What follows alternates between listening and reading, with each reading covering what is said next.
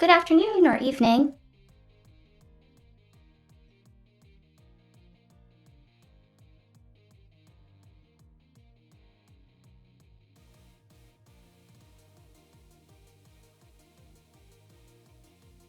So on the last stream, we decided on Phoenix Wright to play.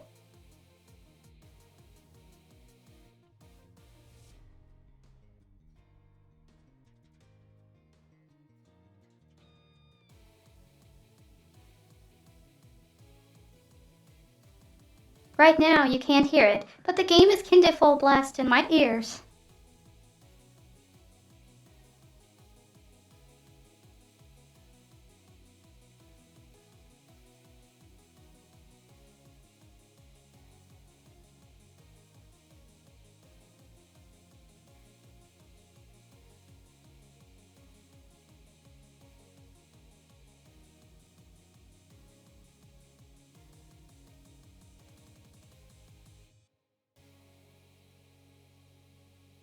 I'll wait a few minutes to see if anyone pops in since you don't want to miss the beginning.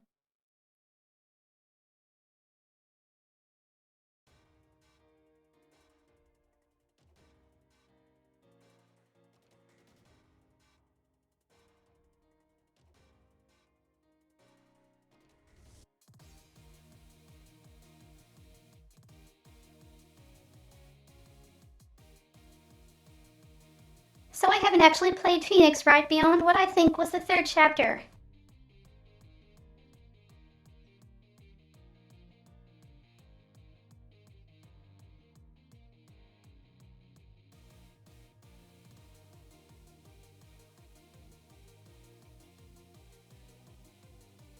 This was because I originally played it on someone else's Nintendo DS.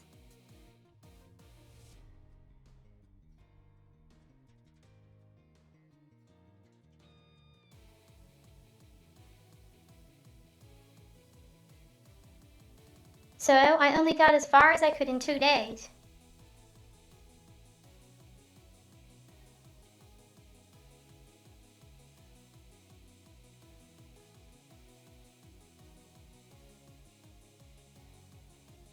So I don't actually know how long Phoenix Wright takes to play. But I read super fast.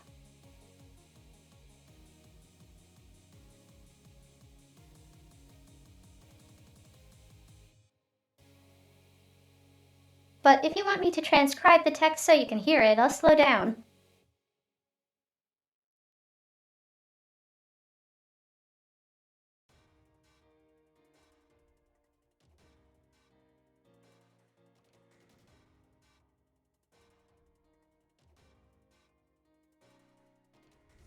Also, I should probably finish my food.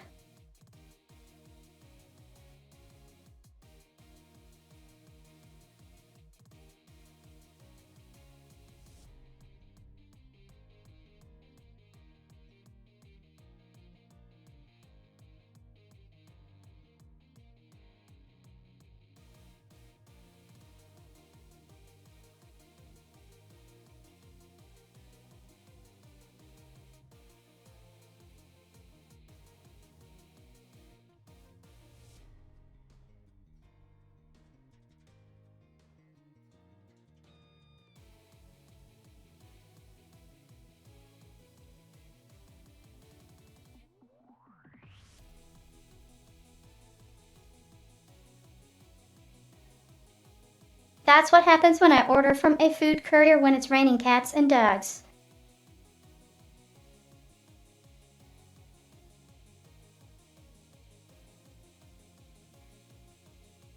They take longer to get here.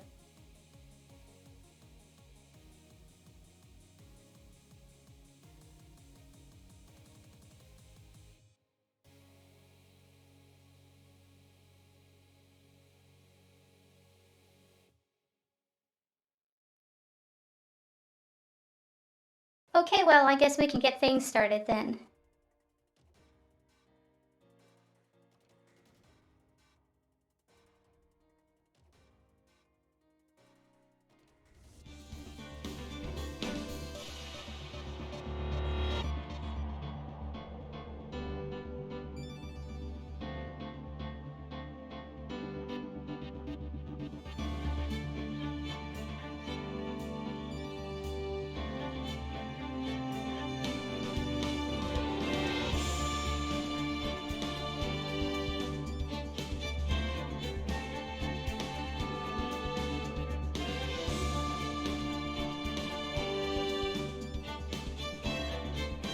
why there's multiple entries for Phoenix Wright.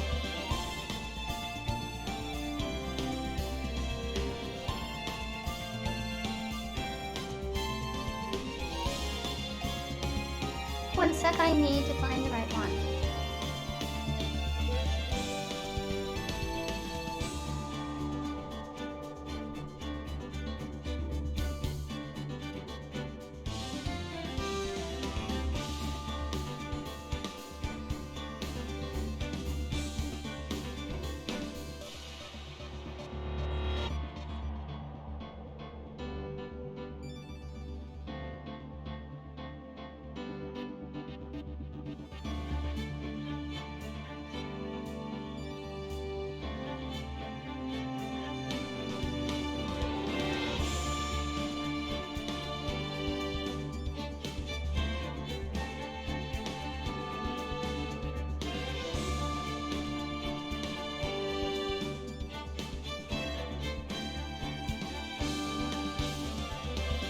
I guess that's technically the right one.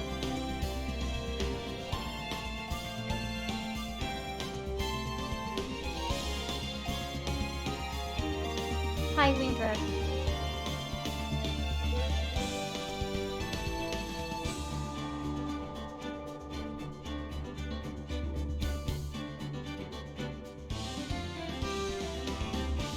Just trying to find the right Twitch category.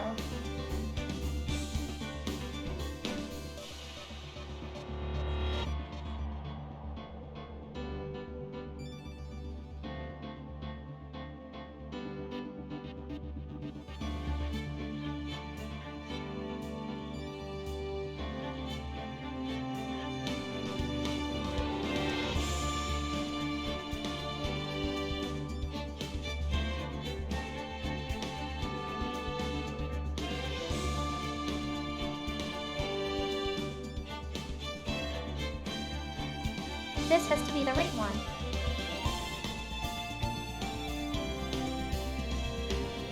Okay, let's play.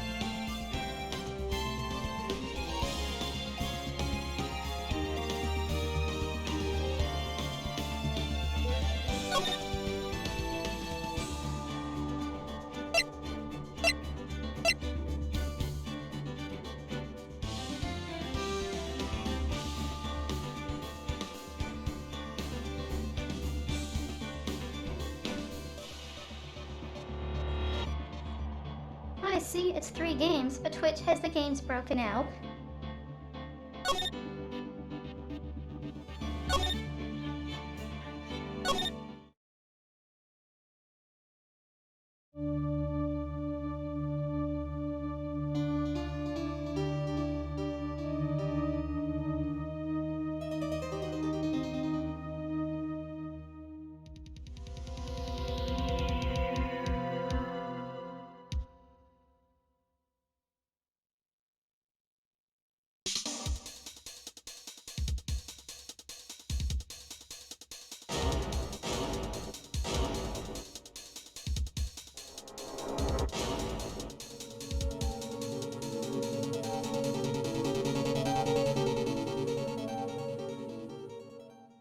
Oh dear, the game doesn't pause.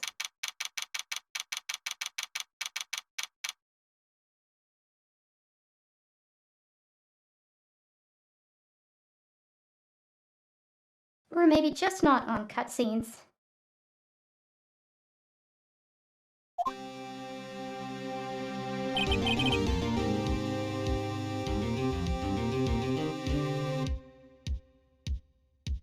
Boy, am I nervous.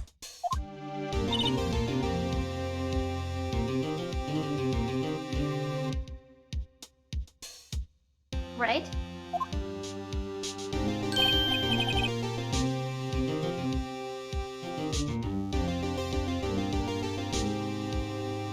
Oh, how do you achieve?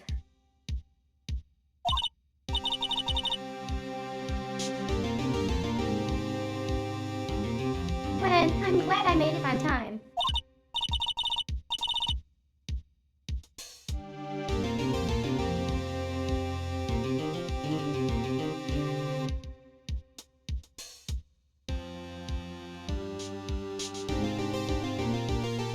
Well, I have to say, Phoenix, I'm impressed.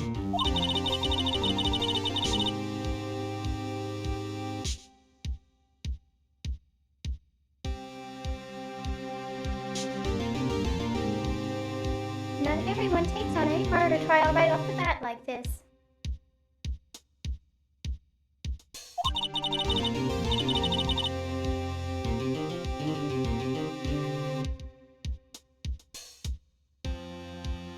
It says a lot about you and your client as well.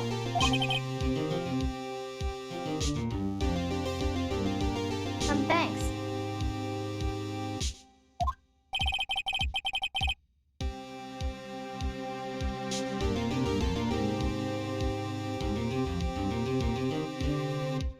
Actually, it's because I owe him a favor.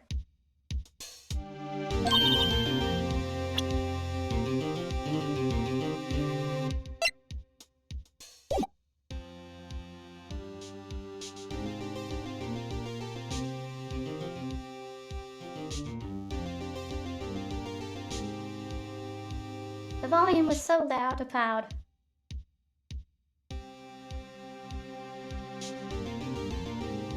A favor.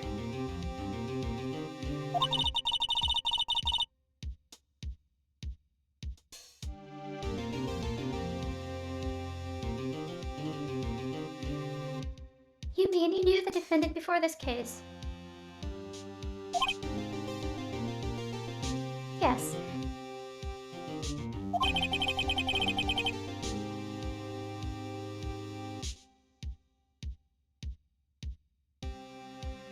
Actually, I kind of owe my current job to him.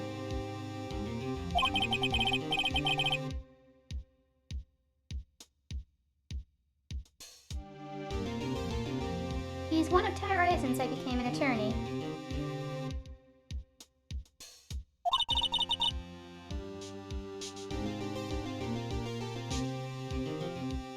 Well, that's new to me.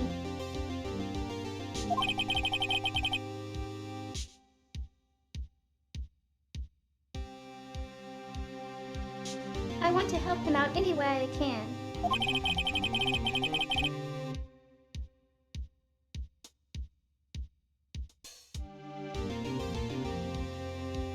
I just really want to help him. I owe him this much.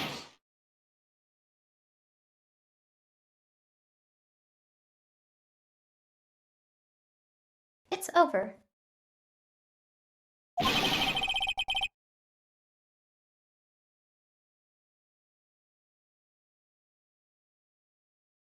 My life, everything. It's all over.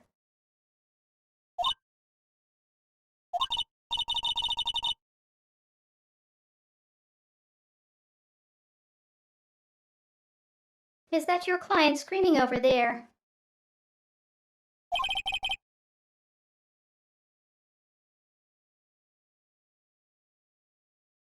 Yeah, it's him.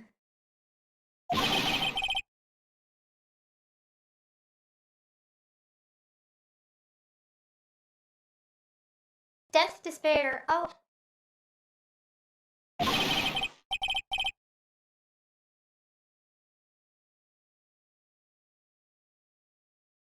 I'm gonna do it. I'm gonna die.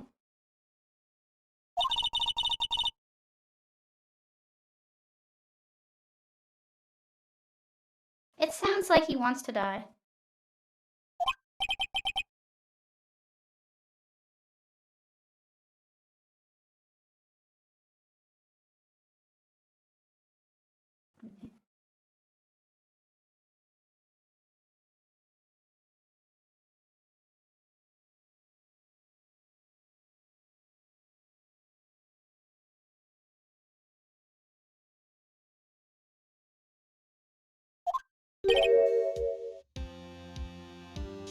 Nick, Nick.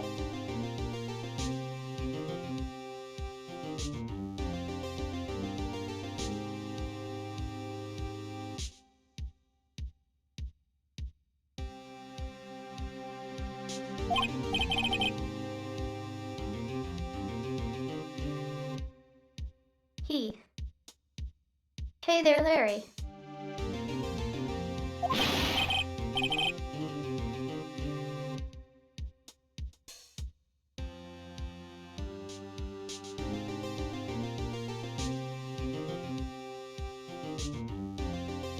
I'm so guilty. Tell them I'm guilty. A bit dramatic. Yeah.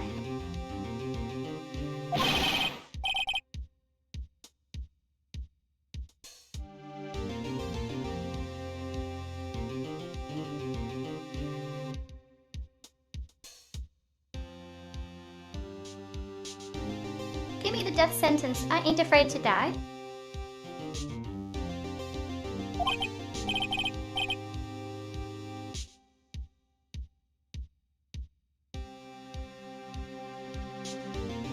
What? What's wrong, Larry?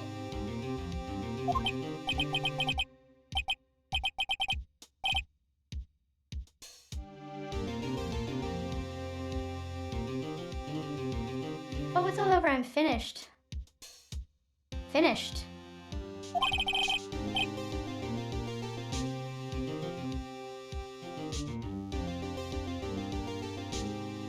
I can't live in a world without her.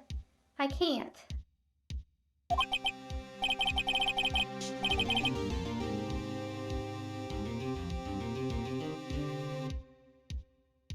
Who? Who took her away from me, Nick?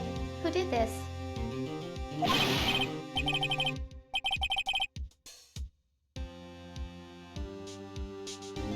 Oh, Nick, you gotta tell me. Who took my baby away?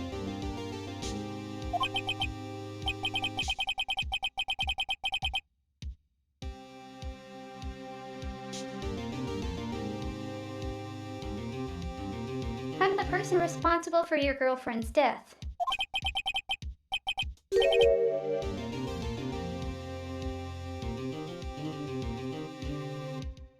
The newspapers say it was you.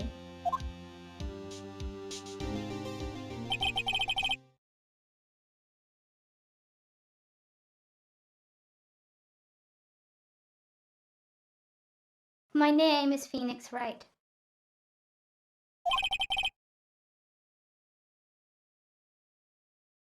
Here's the story.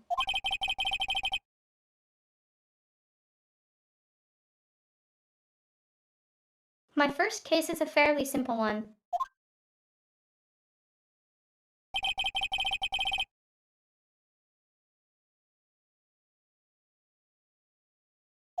A young woman was killed in her apartment.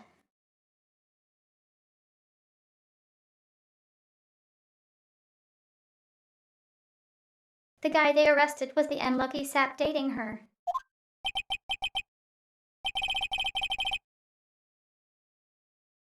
Larry Butts.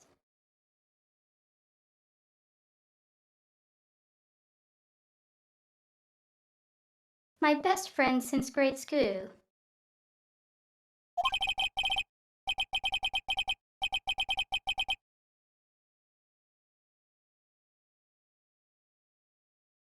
Our school had a saying.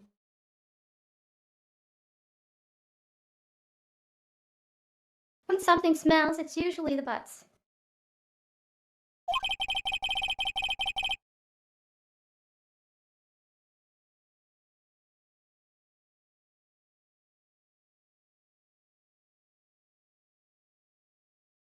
In the 23 years I've known him, it's usually been true.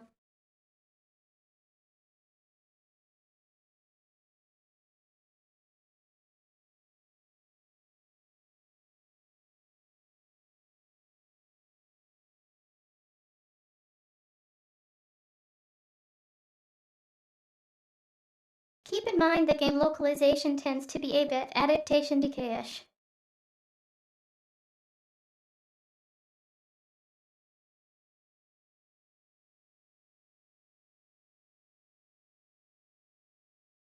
So in Japanese, the pun was likely something else.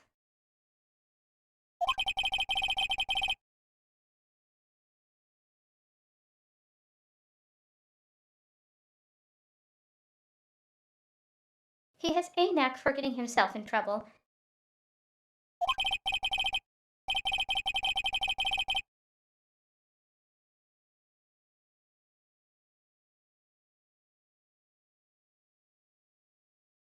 One thing I can say though, it's usually not his fault.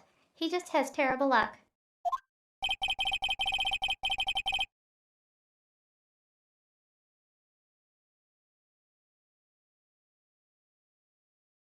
But I know better than anyone that he's a good guy at heart.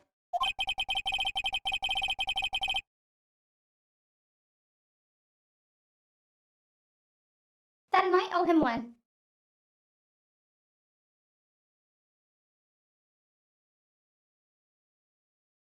Which is why I took the case to clear his name.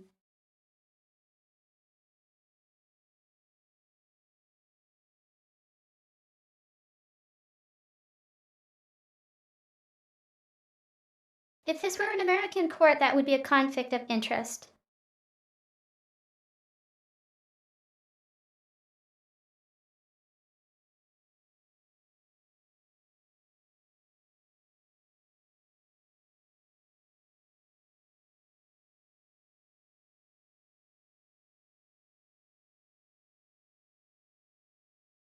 Also, Japanese court is very different from the kind you'd see in the US or Canada.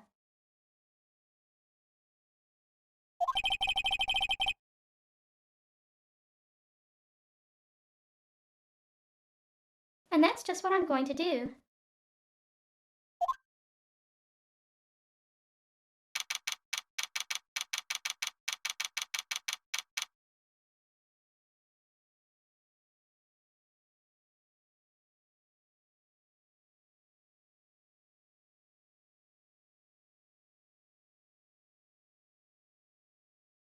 Oops, just about dropped my food on the floor.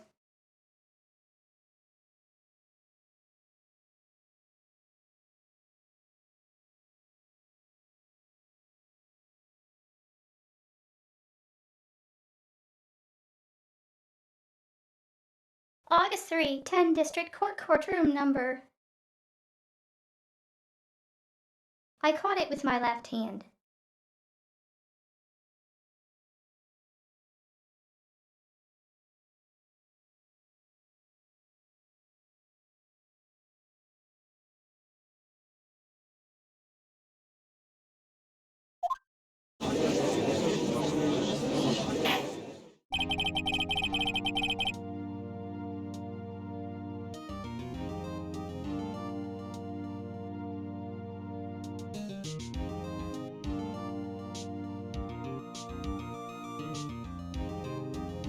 Judge, court is now in session for the trial of Miss Larry Butts.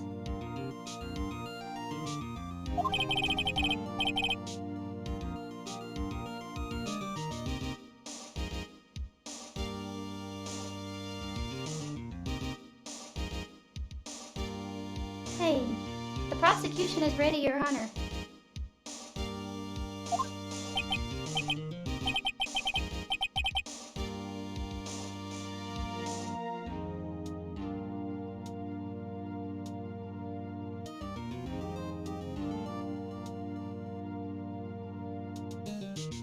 Phoenix, the defense is ready, Your Honor.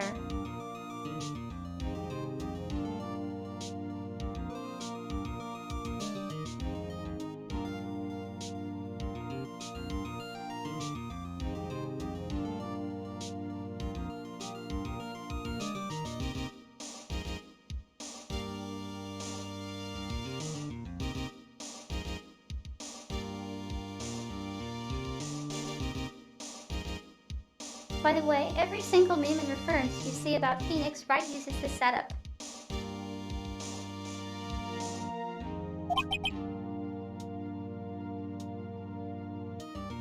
Judge Chan.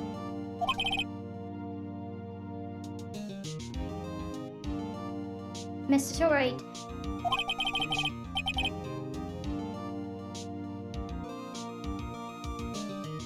This is your first trial, is it not?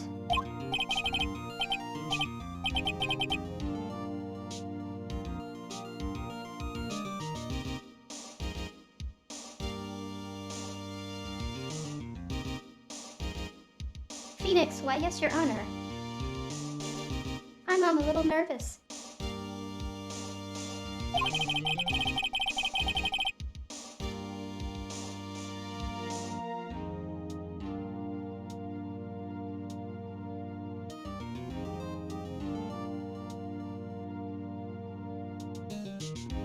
Judge, your conduct during this trial will decide the fate of your client.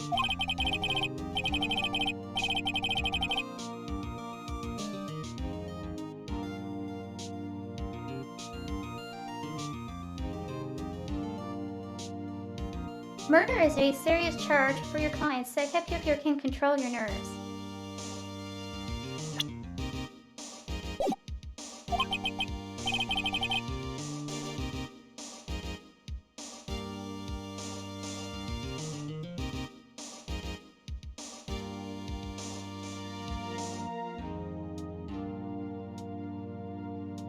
Phoenix, thank you, Your Honor.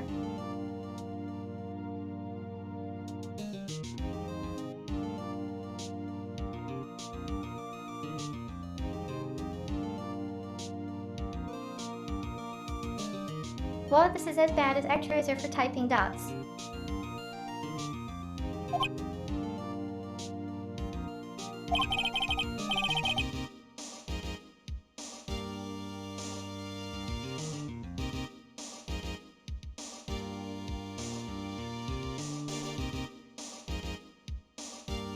Judge, Mr. Wright, given the circumstances.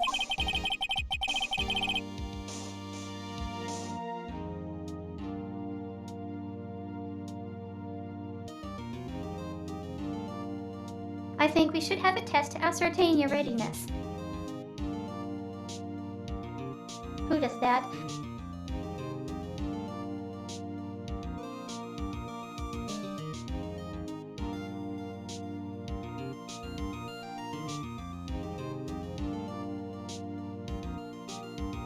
Do judges really test their lawyers before they even put anyone on the stand?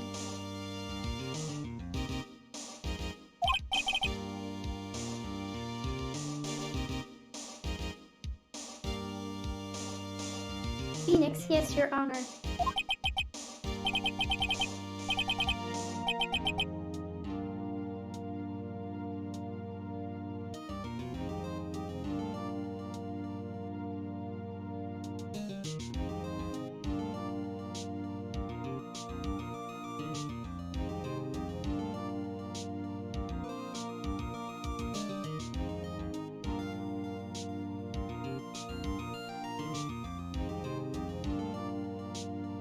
Both hands shaking aside, please.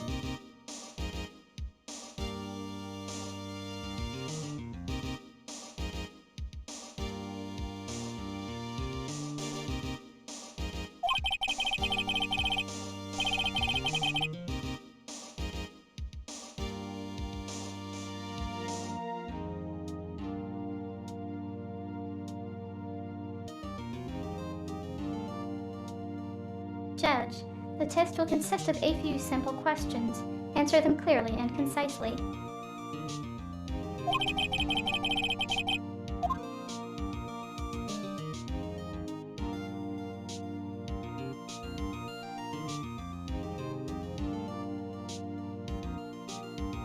Please state the name of the defendant in this case.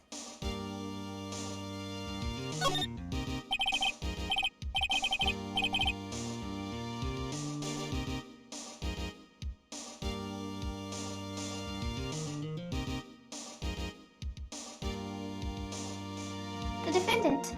Well, Butler bids Your Honor.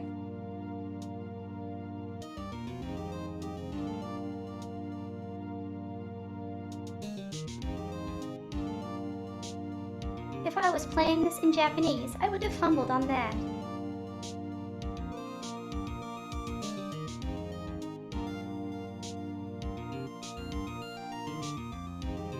Because the golden rule of visual novels is pick the top answer.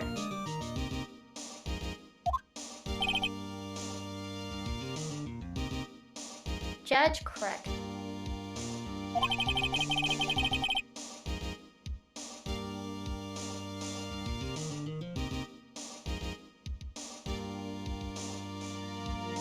Judge, just keep your wits about you and you'll do fine.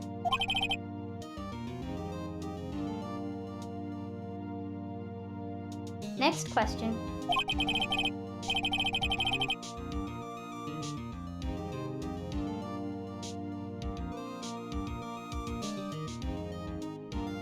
this is a murder trial. Tell me what the victim's name.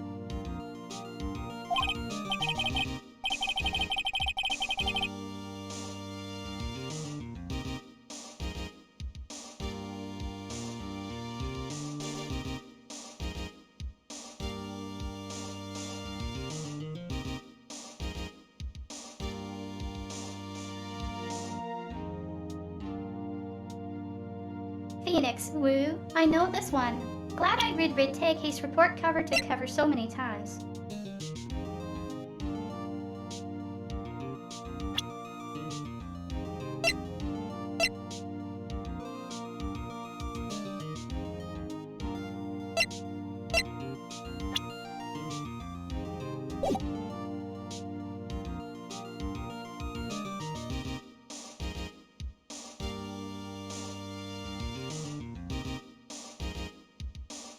That you're prompt to look at the evidence.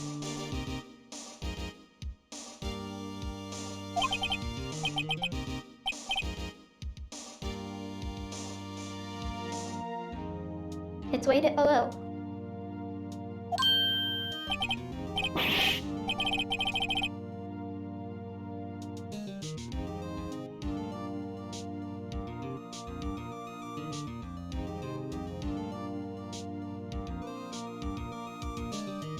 No way, I forgot. I'm drawing a total blank here.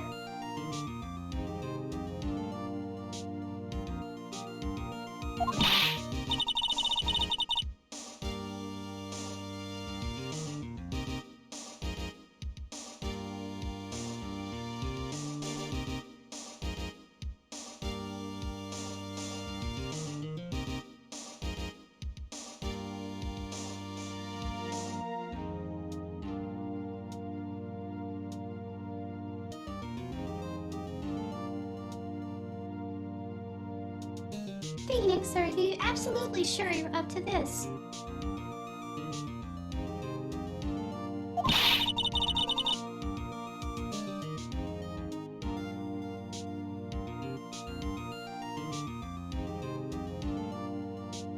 You don't even know the victim's name.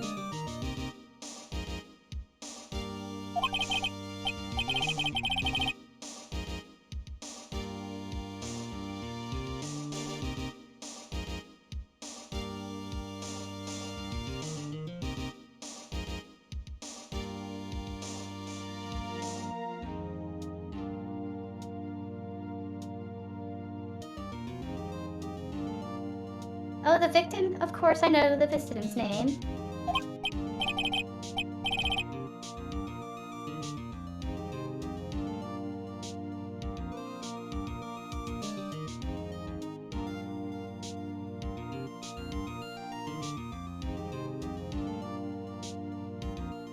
Phoenix, I just forgot. Temporarily.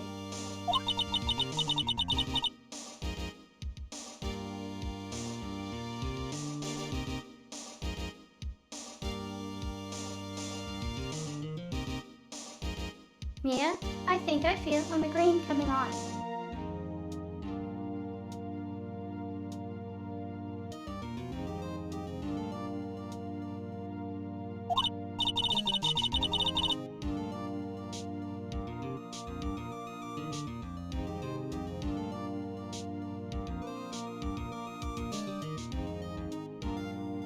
Look, the victim's name is listed in the court record.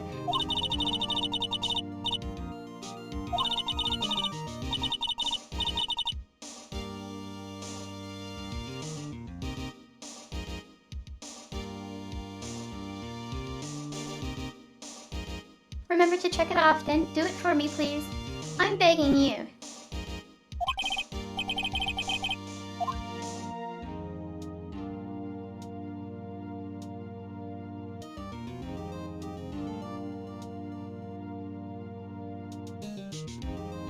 Mr. Wright, who is the victim in this case?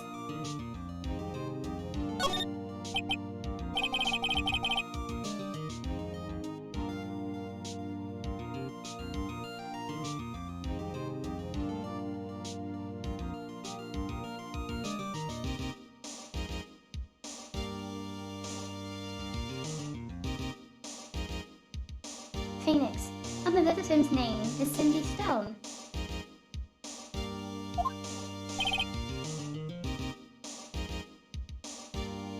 Judge, correct.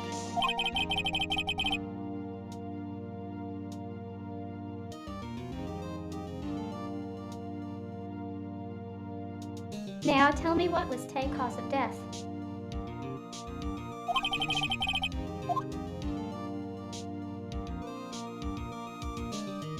She died because she was.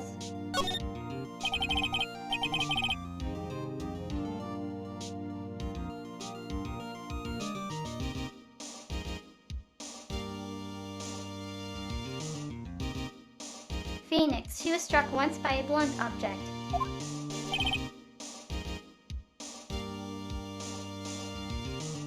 Judge, correct.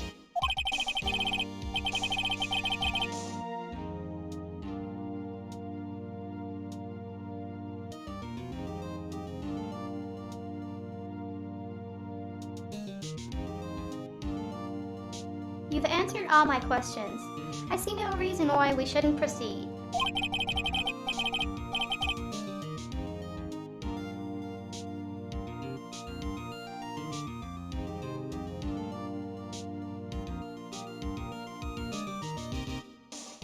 You seem much more relaxed, Mr. Wright. Good for you.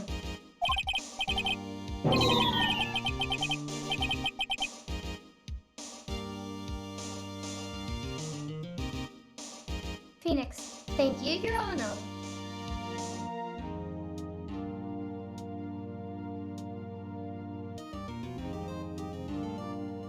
Because I don't feel relaxed, that for sure.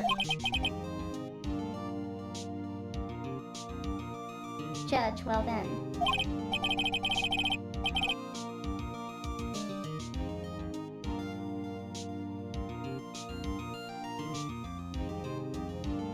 First, a question for the prosecution. Mr. Payne.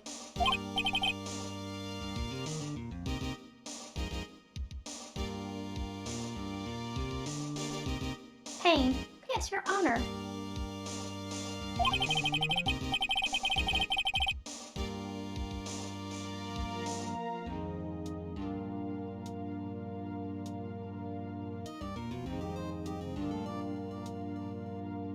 Judge, as Mr. Wright just told us that the victim was struck with a blunt object.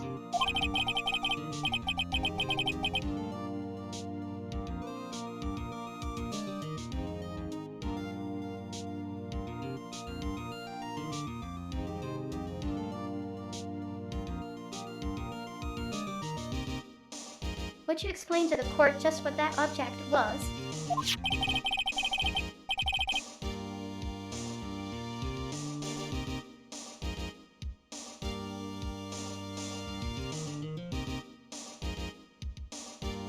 Payne, the mirror weapon was the statue of the thinker.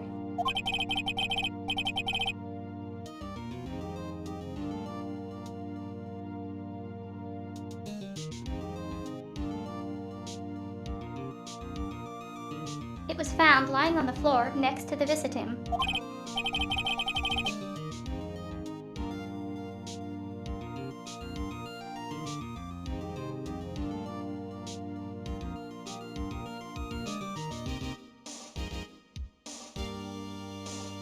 Judge, I see the court accepts it into evidence.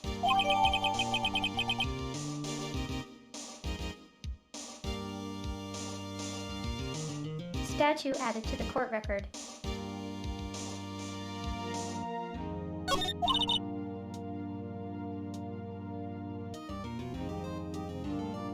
Me right.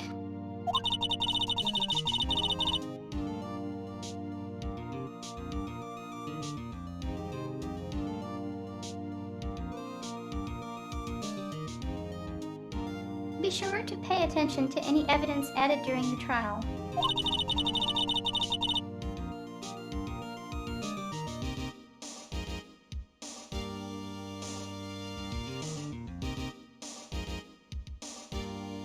That evidence is the only ammunition you have in court.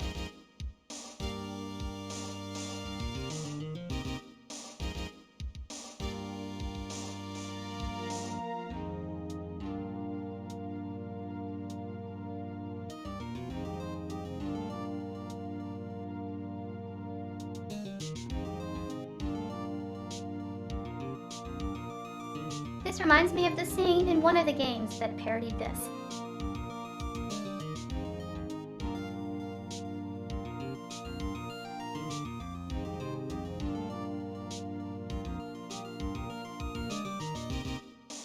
Where the player has to pick the evidence and each thing just kinda turns into a joke.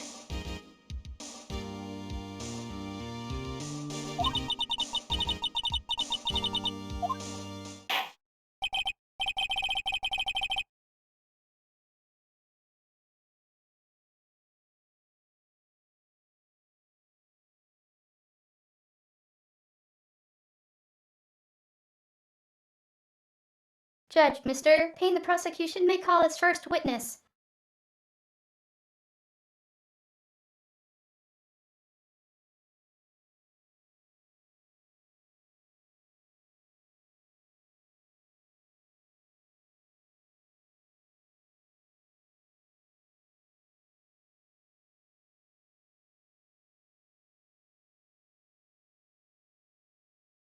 If I had been thinking ahead for this game, I would have set up different voice pitches for the characters, but I don't.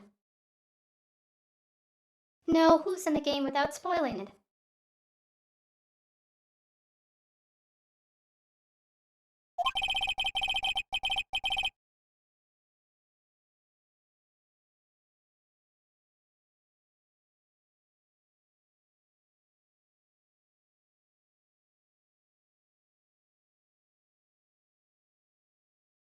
Payne. The prosecution calls the defendant, Mr. Butts, to the stand.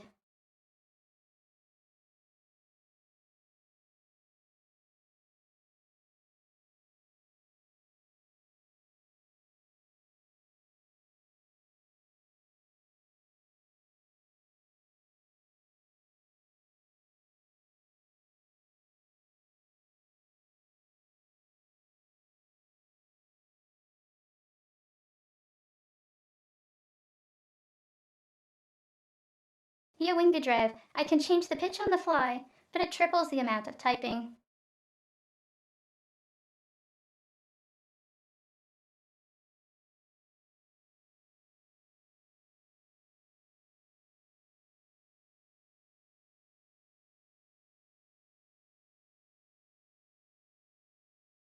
Because it's like this, if I pitch down,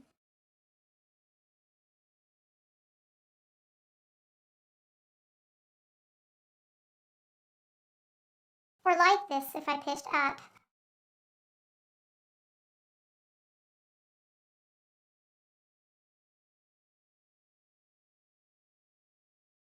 Back to normal. Reload.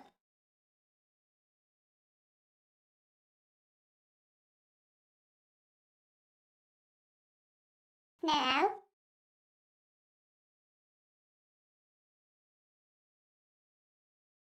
Now?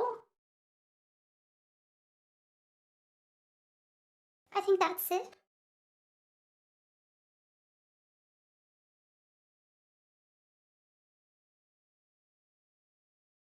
I think that's it.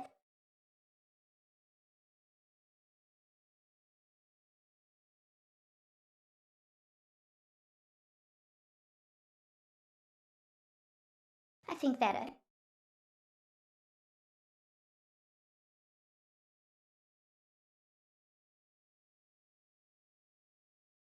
Okay, I guess I did normalize it.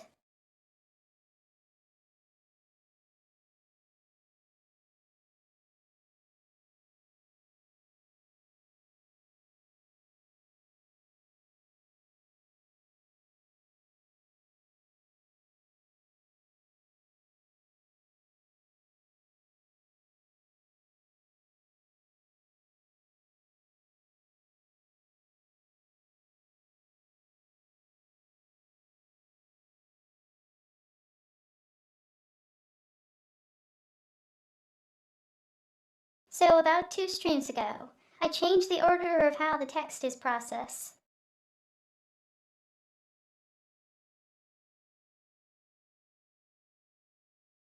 Which works fine until I try to reset it.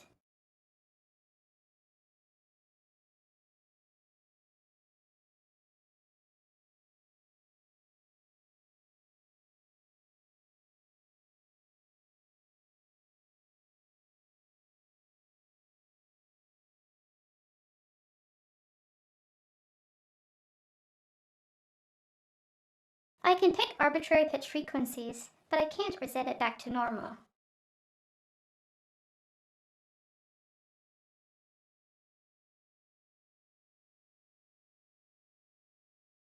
Anyway, moving on.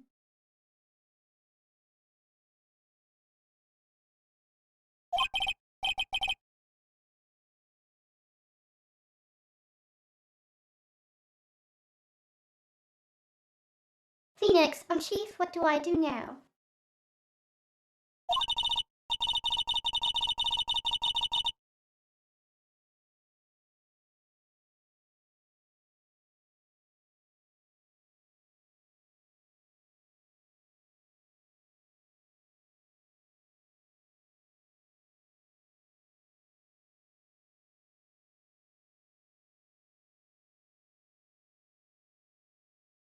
Pay attention. You don't want to miss any information that might help your client's case.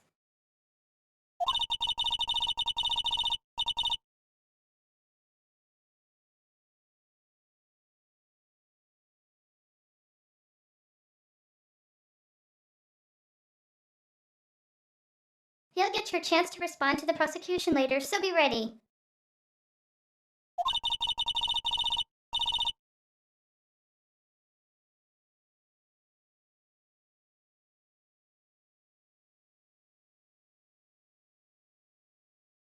Let's just hope he doesn't say anything unfortunate.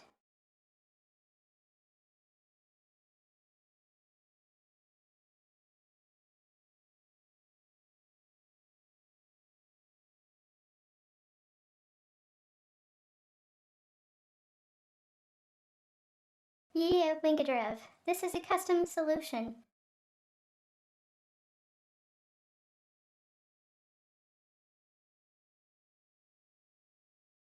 So I have to fix things after every stream.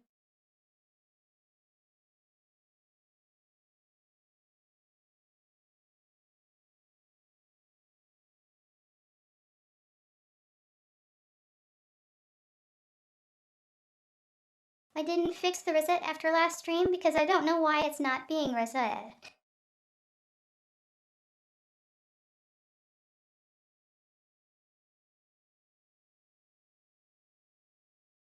Basically, I have two pitch settings. One is P.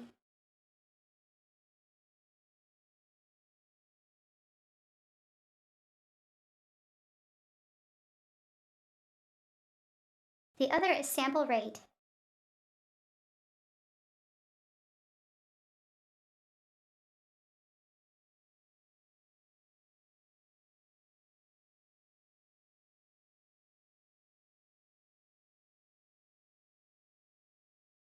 So if I want to just pitch up or down, I use the PP setting. That's what the redeem is for.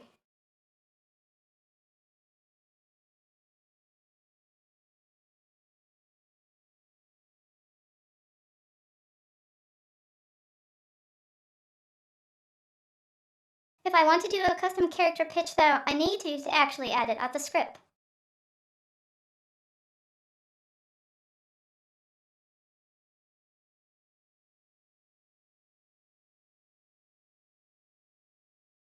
So I would, instead of going Phoenix stuff,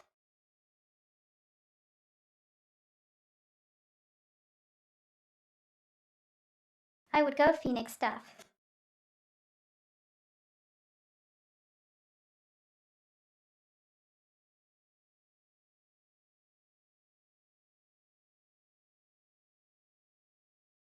And that would read that line, and only that line in that pitch.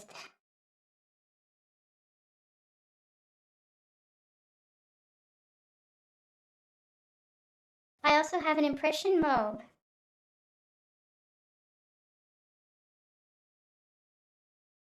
which I tried with Mia the first time she showed up.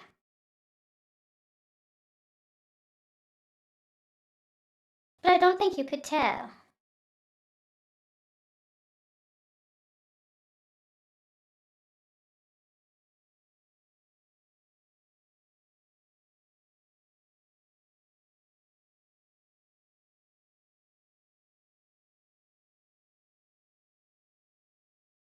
Let's just hope he doesn't say anything unfortunate.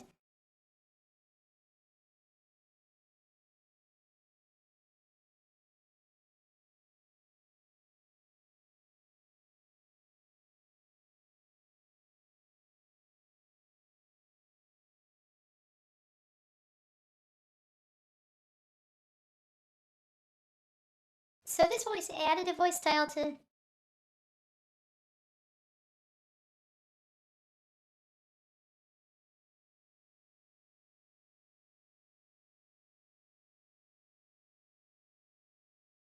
I'm not sure if you can tell, however.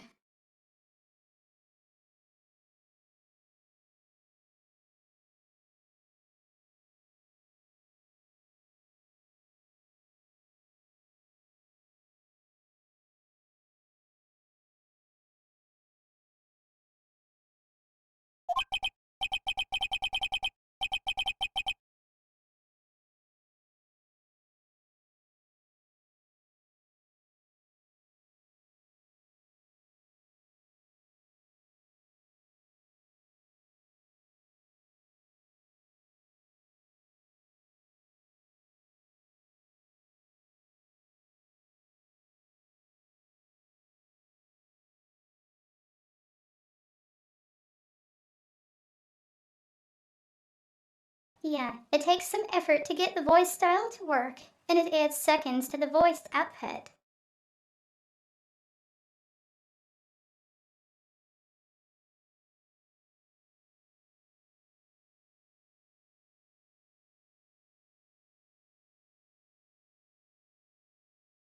So the voice impression I added to Mia's voice was Haruka's.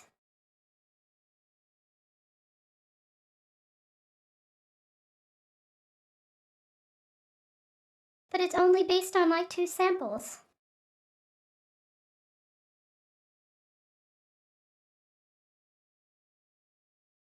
So you only get a slight tone change.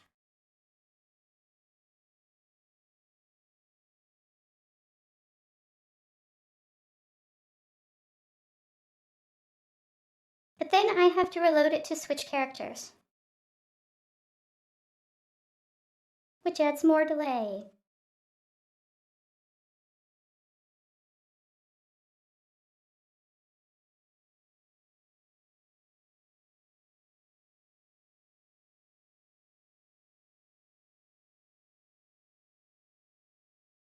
So for a game like this, it's probably too much effort without pre-recording the lines. Any.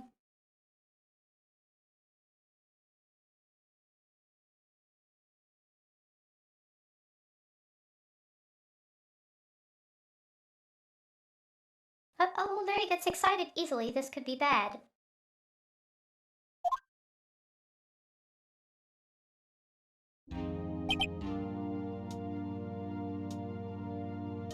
Pain of him.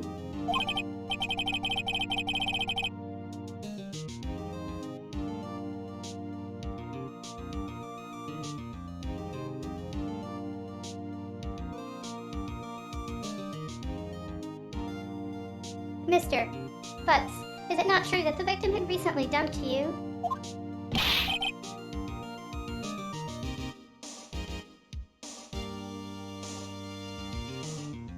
Brrrs, hey, watch it, buddy.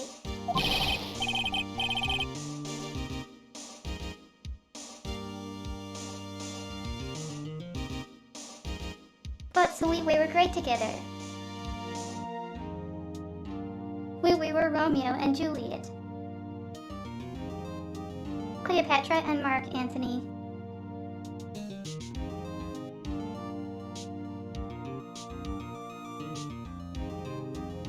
Well, those are bad comparisons.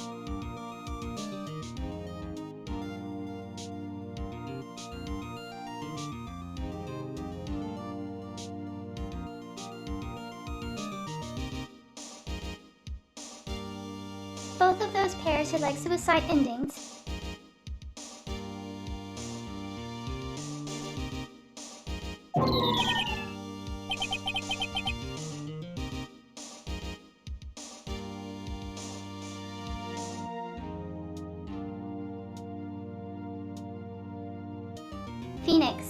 Didn't they all die?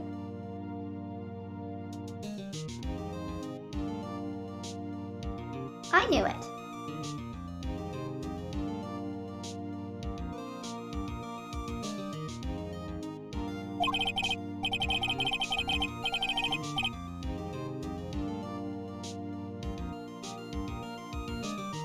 But I wasn't dumped.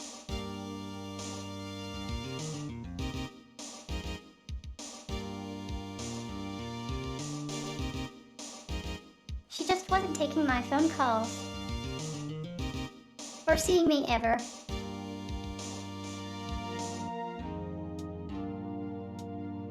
Sounds dumped to me.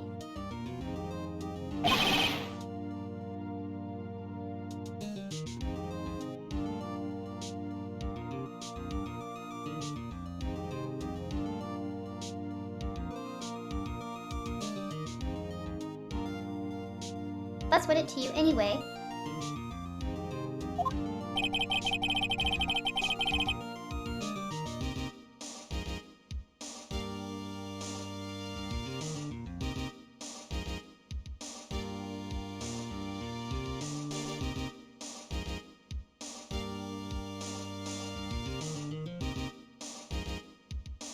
Pain, Mr. Butts, what you describe is general what we mean by dumped.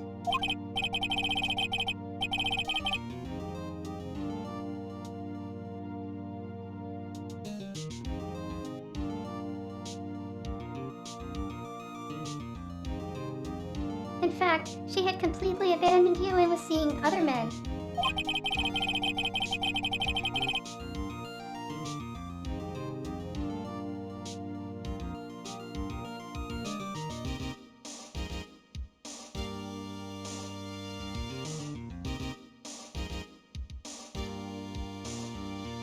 She had just returned overseas with one of them the day before the murder.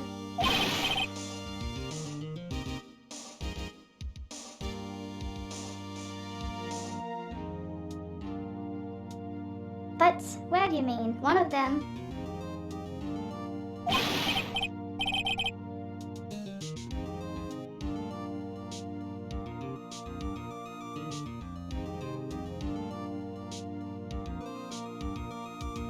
Lies. All of it lies. I don't believe a word of it.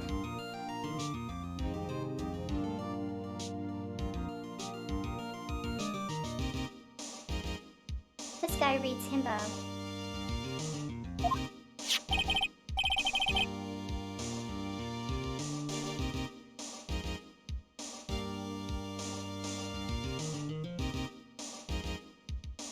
Pain, your honor is the victim's passport.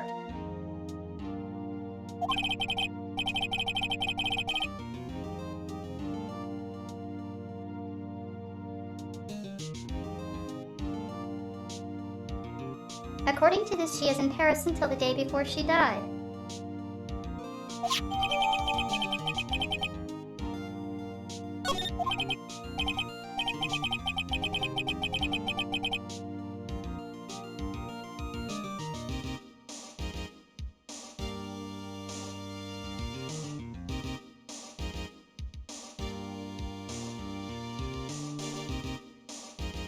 Judge him indeed, she appears to have returned the day before the murder.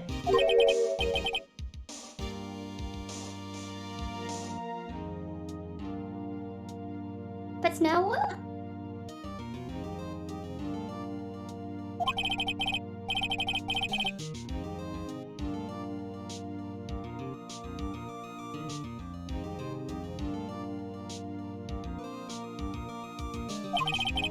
The victim was a model, but didn't have a large income.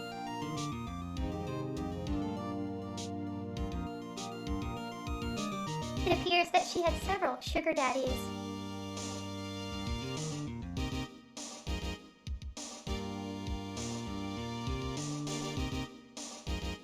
That's basically legal prostitution.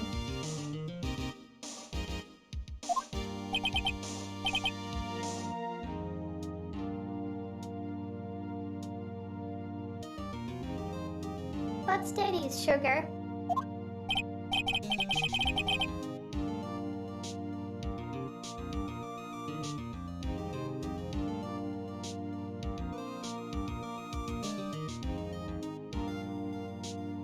Pain, yes. Older men who gave her money and gifts.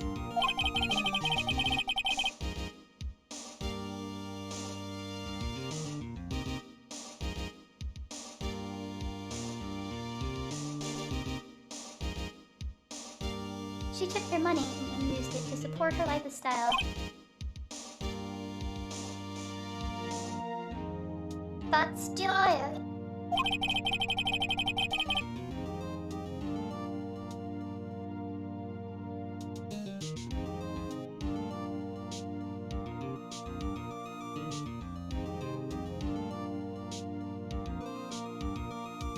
Pain, we can clearly see what kind of woman this is.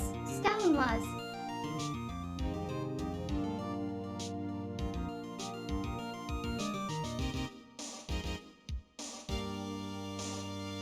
Oh, come on, blaming the victim.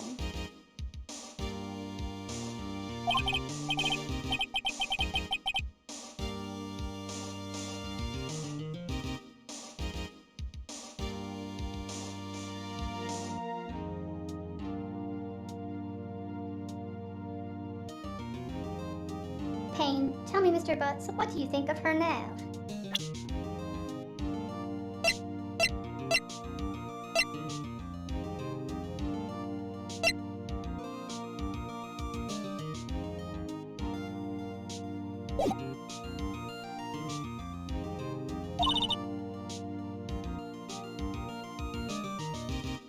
Mia, Wright.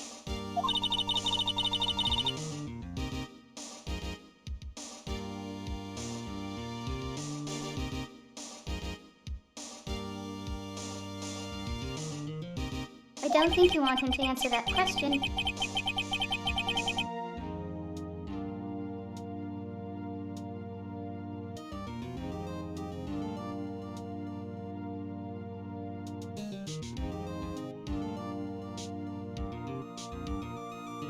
Phoenix Larry has a way of running his mouth in all the wrong directions.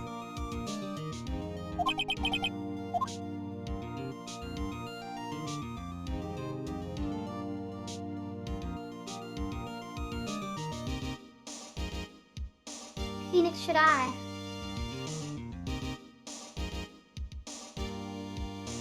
Well, clearly learned to stop him.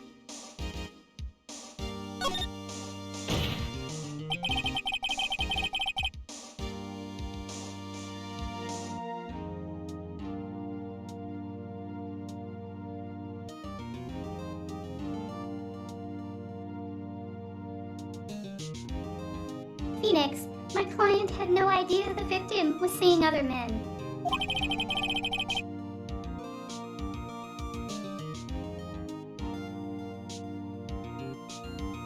That question is irrelevant to this case.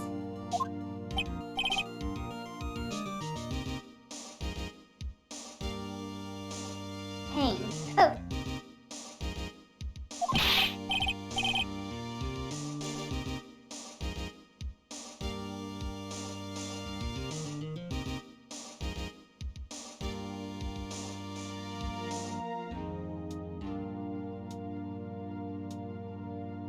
But, dude, Nick, what do you mean? Irrelevant.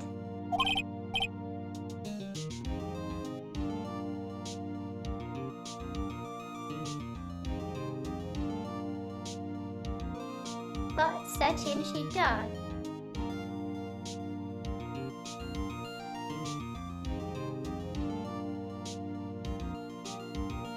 Well, we know where they intended.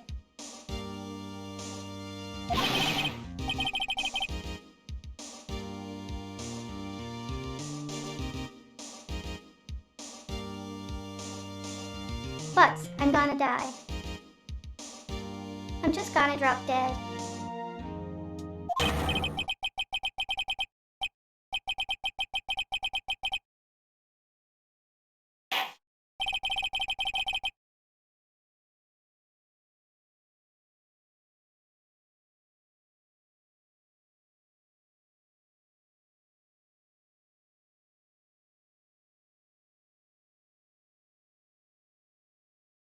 But something gonna meet her in the afterlife.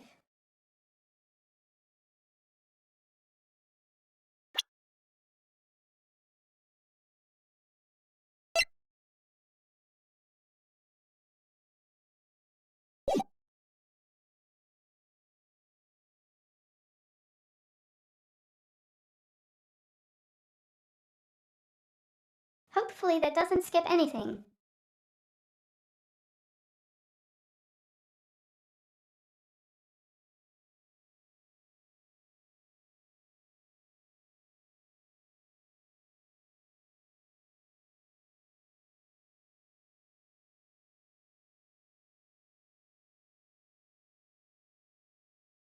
Honestly, I probably could have typed it all out, but I blinked before I saw all of it.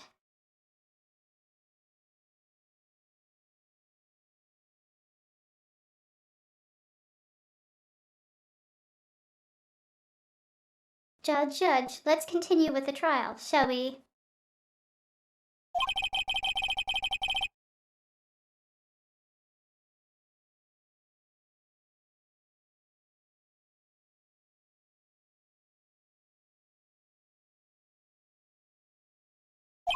Payne, I believe the accused's motive is clear to everyone. Judge, yes, quite.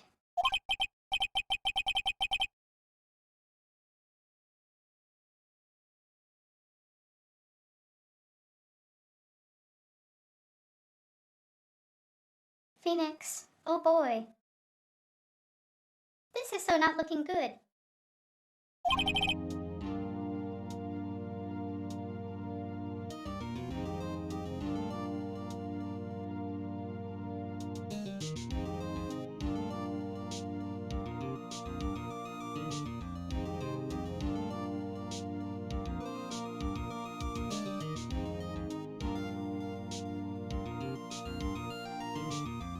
Payne, next question.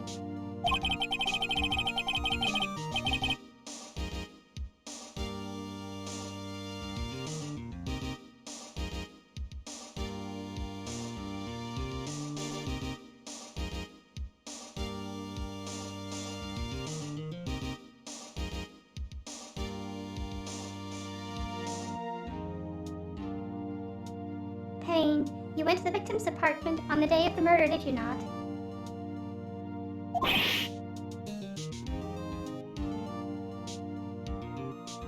But, gulp.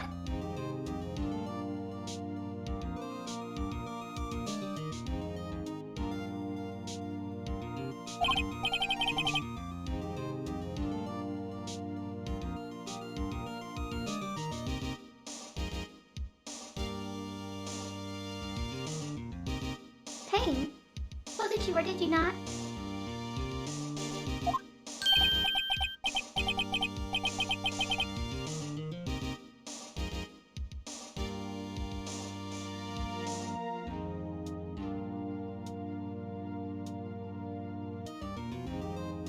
But,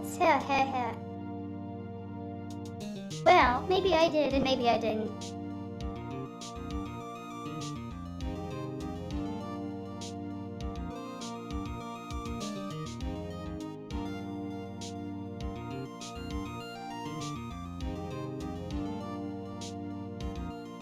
Did Phoenix not talk to him before the case at all?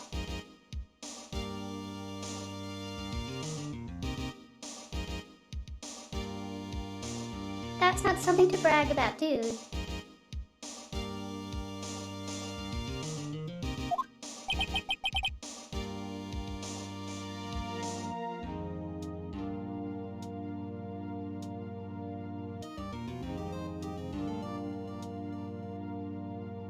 Phoenix, uh-oh.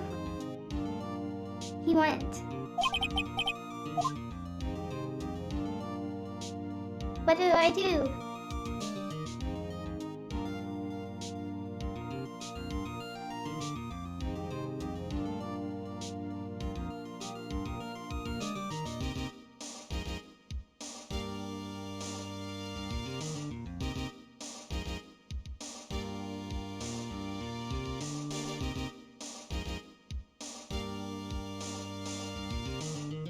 Well, I don't think we can stop him unless there's a plea the fifth.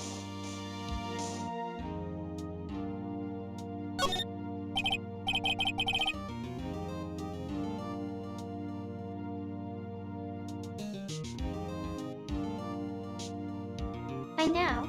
I'll send him a signal.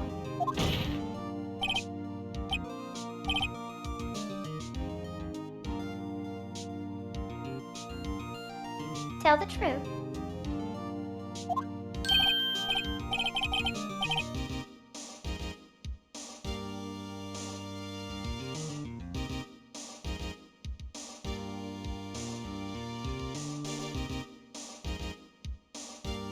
But, oh yeah, I was there. I went.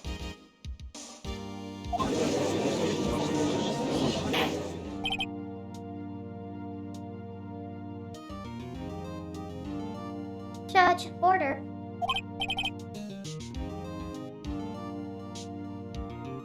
Well, Mr. Butts.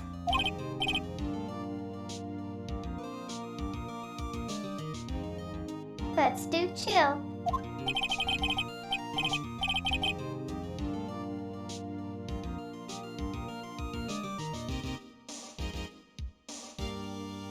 She wasn't home, man, so I didn't see her.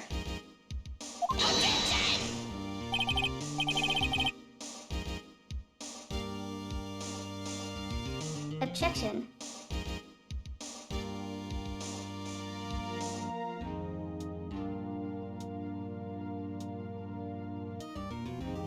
Payne, Your Honor, the defendant is lying.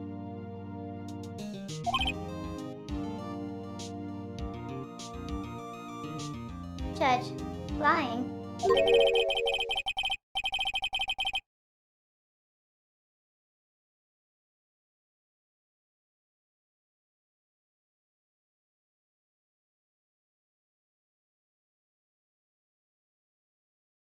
The prosecution would like to call a witness who can prove Mr. Butts is lying.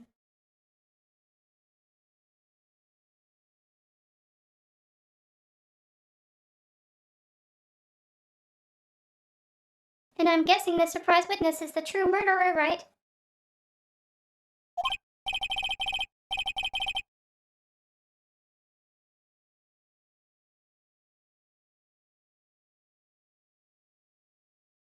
Judge, well, that simplifies matters. Who's your witness?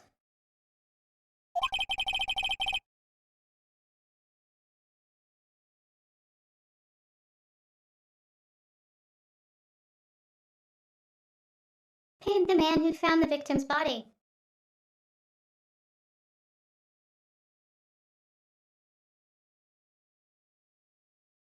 Aw, that's so sus.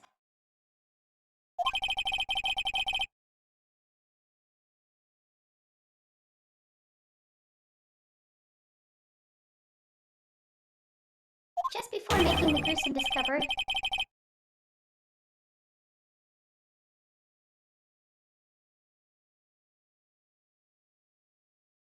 he saw the defendant fleeing the scene of the crime.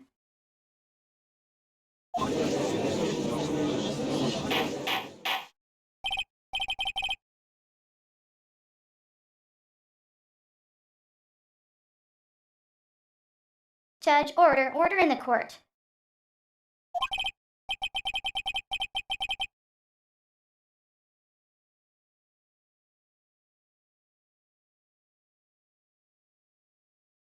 Mr. Payne, the prosecution may call its witness.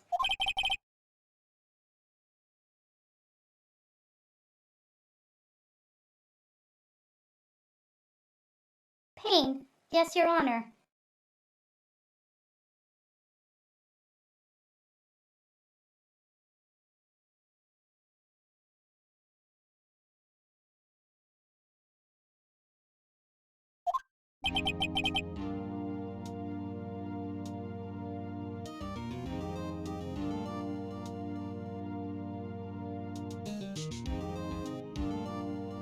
Phoenix, this is bad.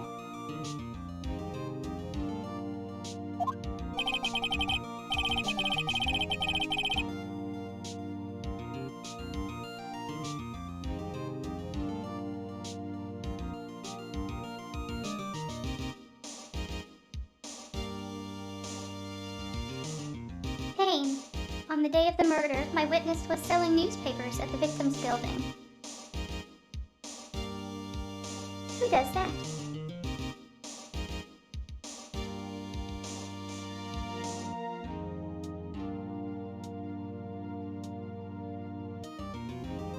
Do people still door-to-door sell things?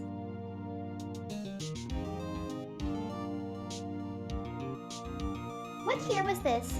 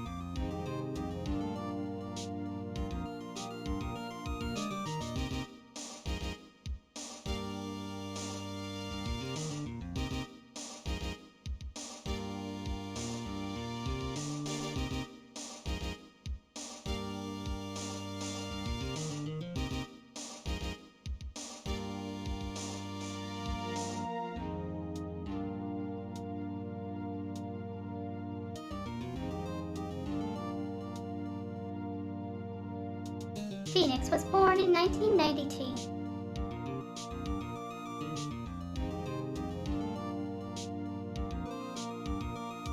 Wait.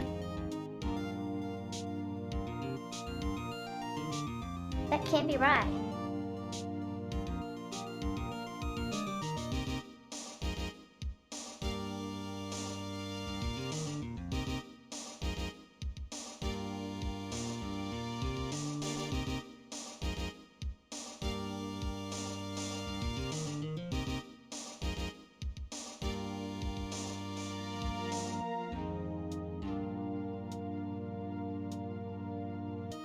That would mean the game's setting is 2016.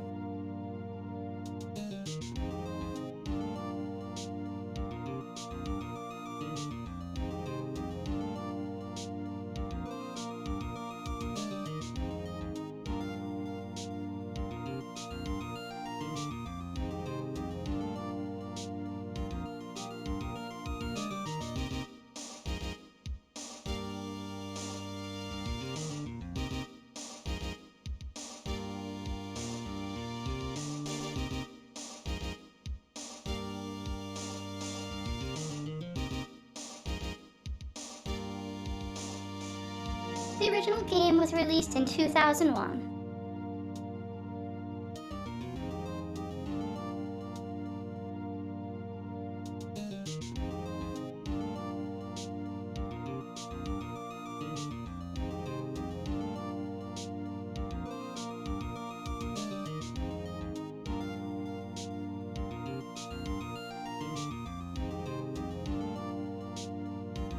And I was adapted in 2016.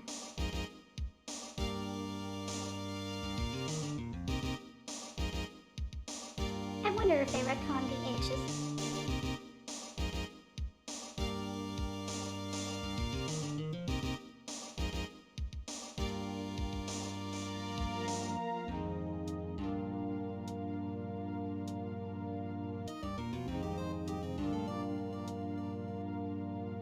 Okay, well.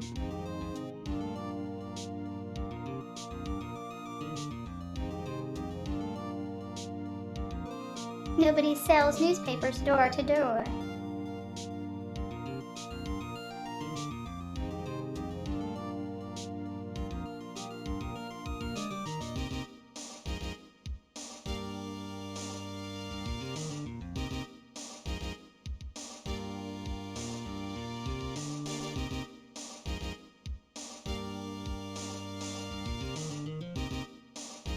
Seems ridiculous for a game setting of 2016, but would have been silly even in 2001.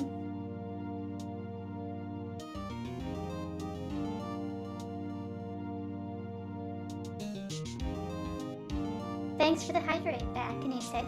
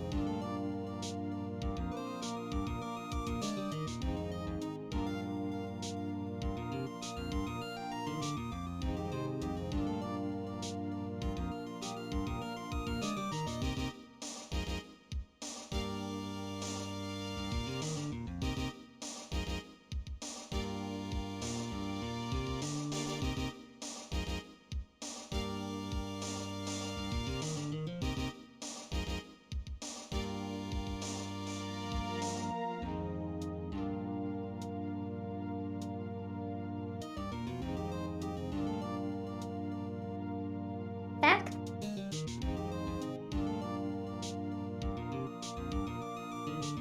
Anyway, I was saying.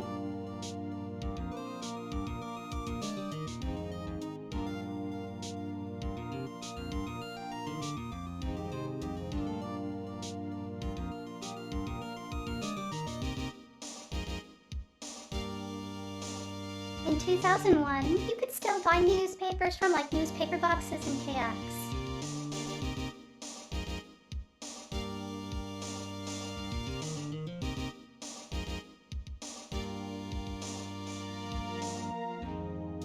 I haven't seen any newspapers and newspaper boxes in years, other than the Chinese ones.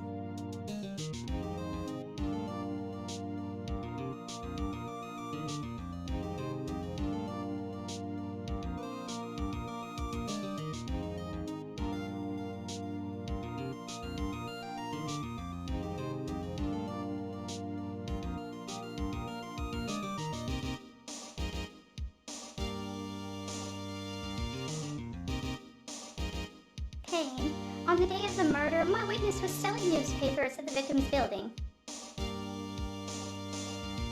He's a nun.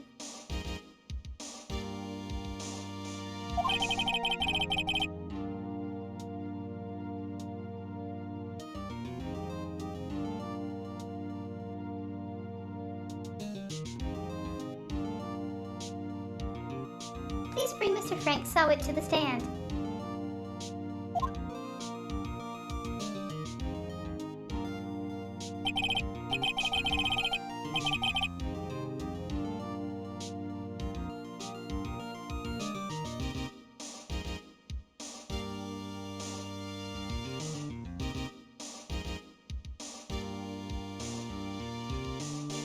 Mr. Sawit, you sell newspaper subscriptions, is this correct?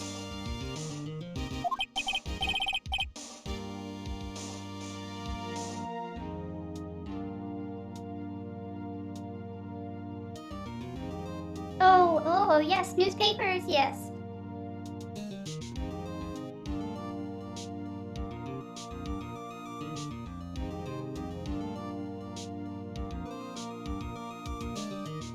Well, this is already sounding like a racist caricature.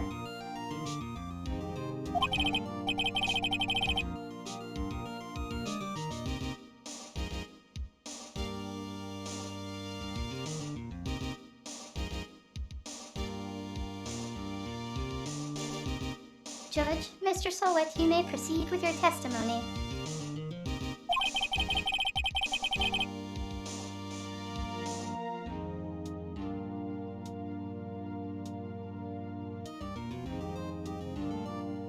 Please tell the court what you saw on the day of the murder.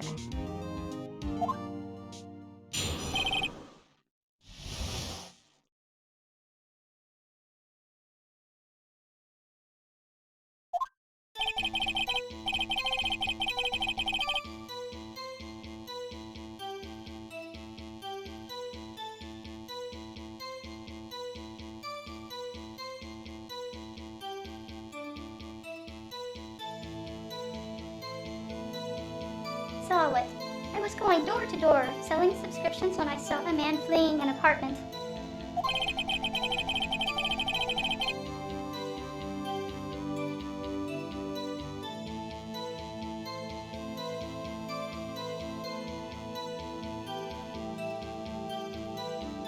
I thought he must be in a hurry because he left the door half open behind him.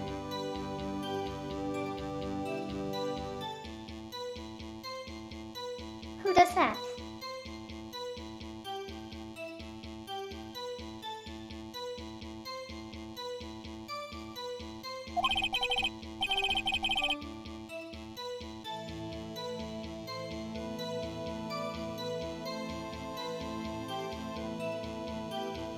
Thinking it strange, I looked inside the apartment.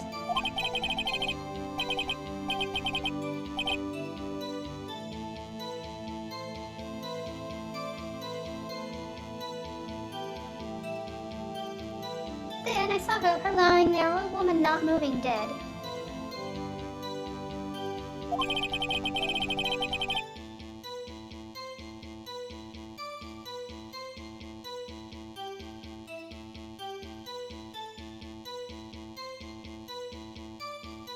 I quailed in fright and found myself unable to go inside.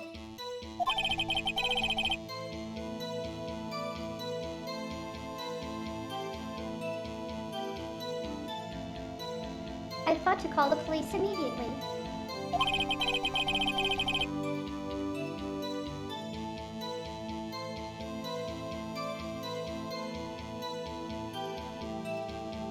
phone in her apartment wasn't working.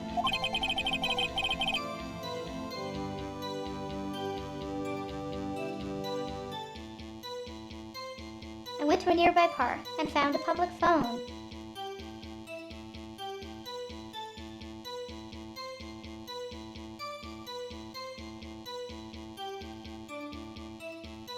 This is how you know this game was made in 2001.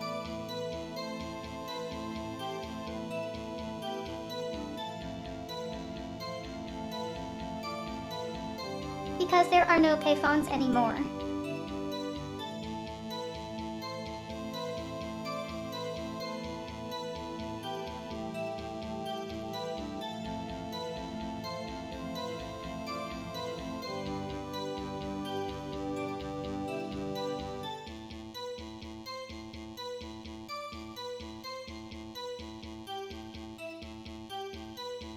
You only see a few of them in places like shopping malls, where someone is paying for it.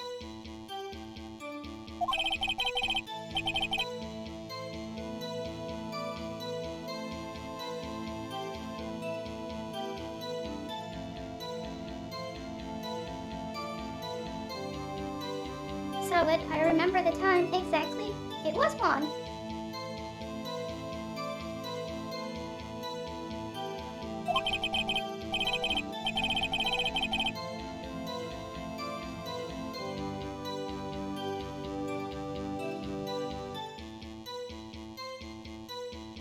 The man who ran was, without a doubt, the defendant sitting right over there.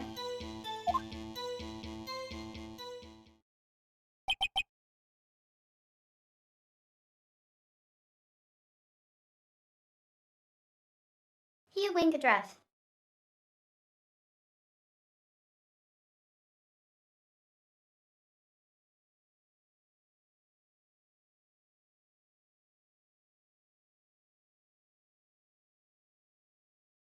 I've only seen them in airports, train stations, and ferries.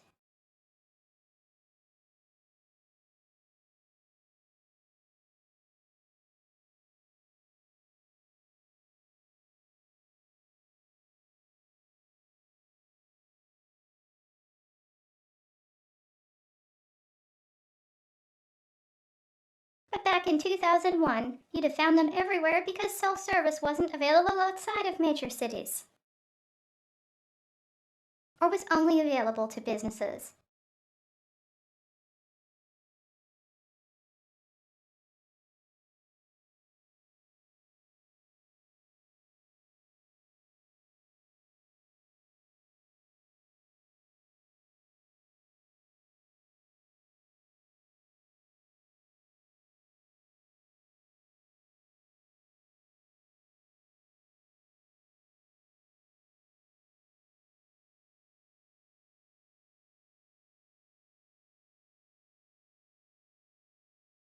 Like even the emergency services in the 90s didn't have anything that complicated.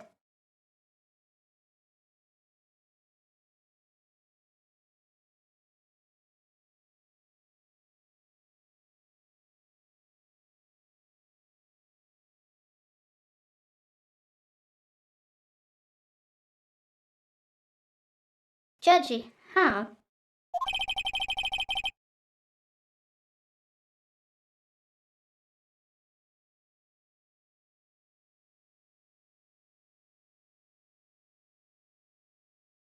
Phoenix Larry, why didn't you tell the truth?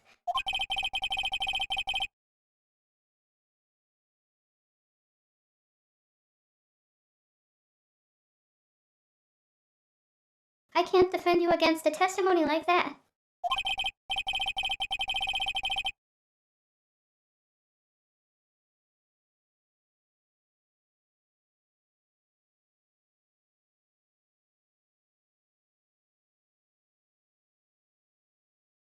Judge, incidentally, why wasn't the phone in the victim's apartment working?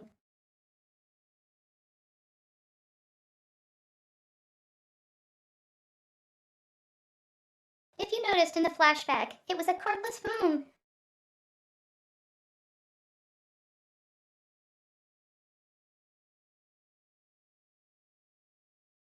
Cordless phone in the base station.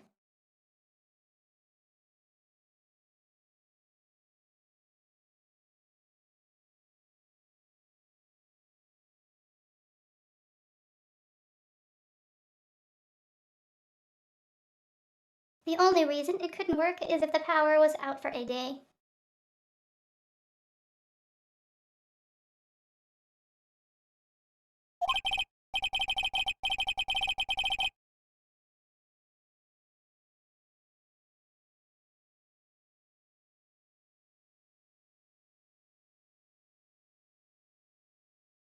Payne, Your Honor, at the time of the murder, there was a blackout in the building.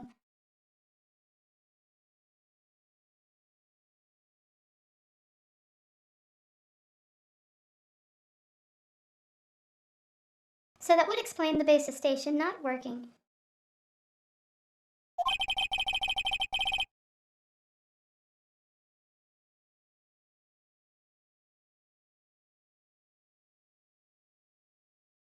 Judge, aren't phones supposed to work during a blackout?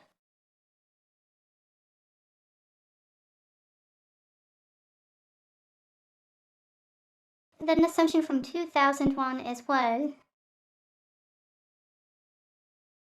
As analog phones are powered by the central office.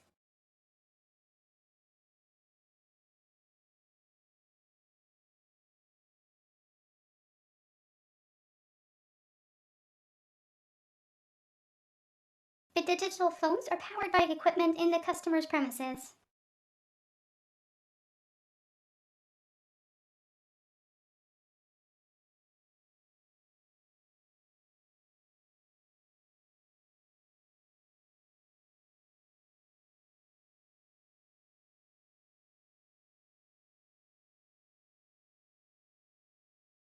And since this is 2016 from a 2001 perspective, that's probably a 900 analog cordless phone.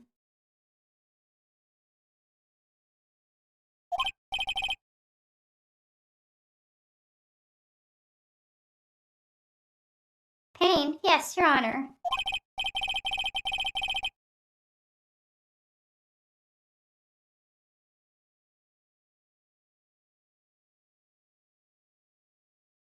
Payne, however, some cordless phones do not function normally.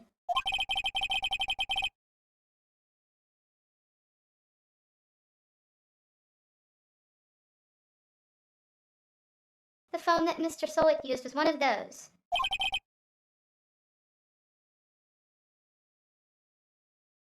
Your Honor.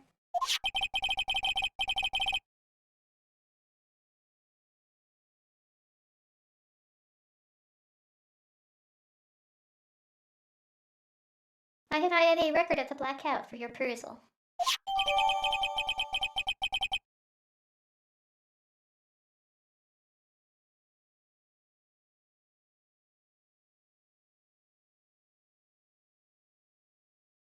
Okay, let's get the timeline straight here.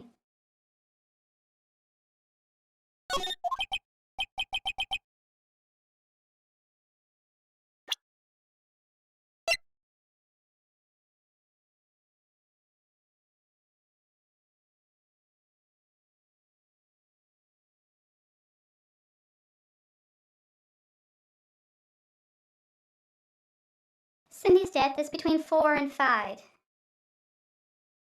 The blackout was at 6.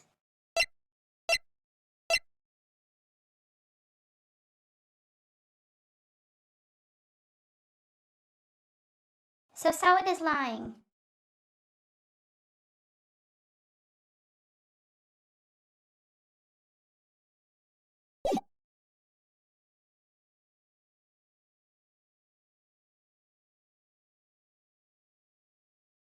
Judge, now Mr. Wright.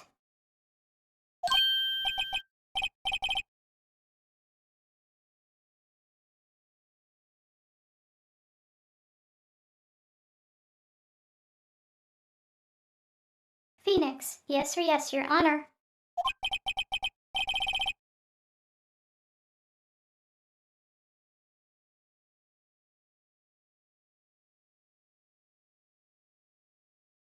Judge, you may begin your cross-examination.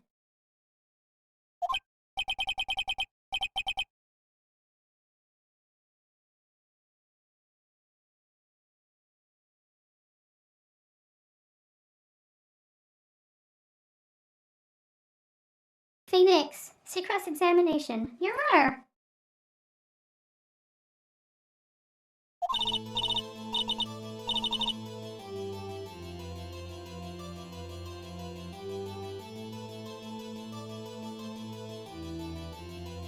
Mia. Alright, right, this is it. The real deal.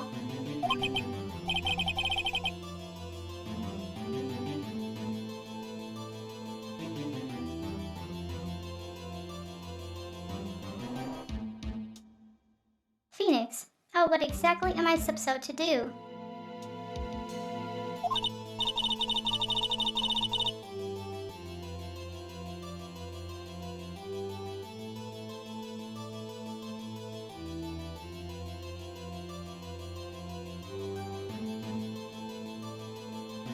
Mia, why you exposed to each aliens in the testimony the witness just gave?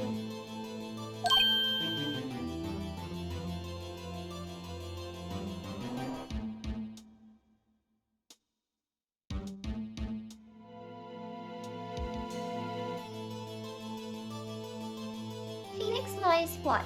He was lying.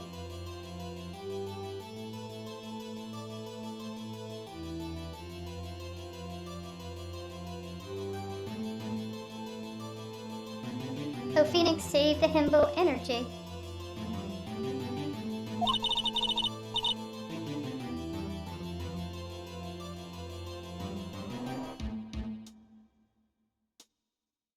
Mia, your client is innocent, right?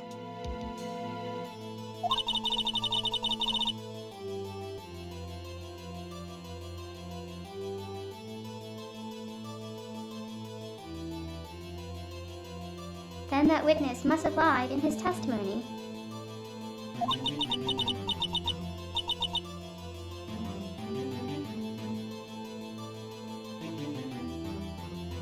Or is your client really guilty?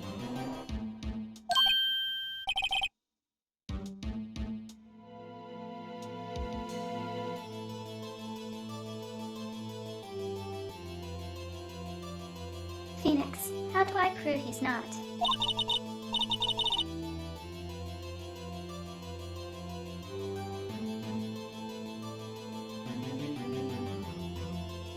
Mia, you hold the key. It's in the evidence.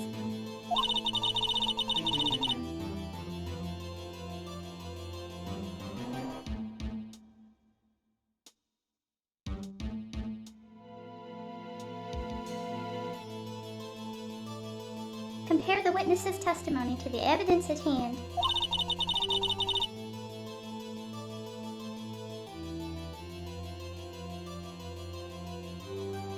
There's bound to be a contradiction there.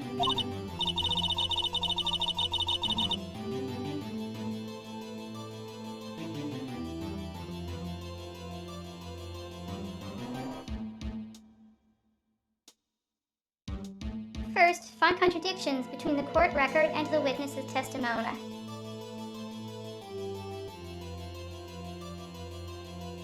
We already did that.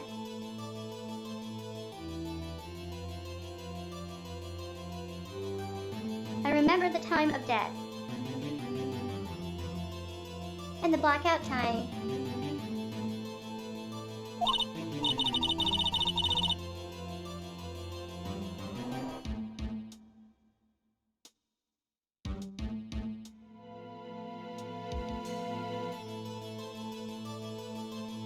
Mia, then once you've found the contradicting evidence,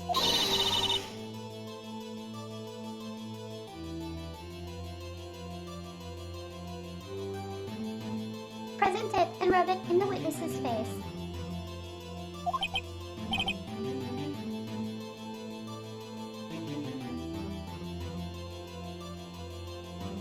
I'm pretty sure that's assault.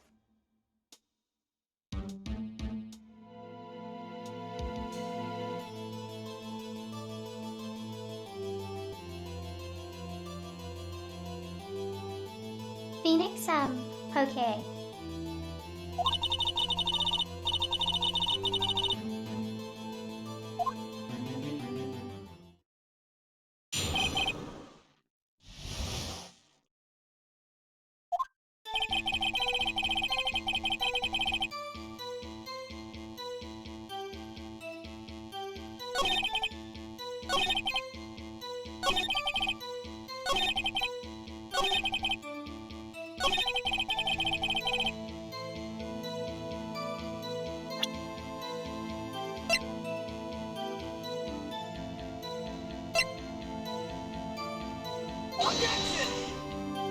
This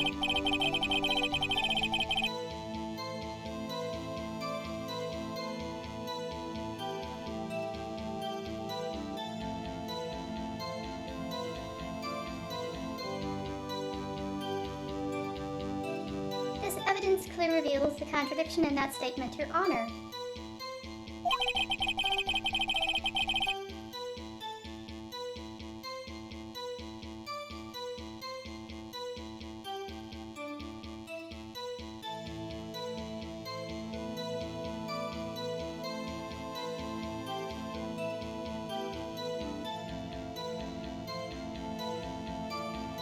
Judge, how exactly is that evidence and the statement just now related?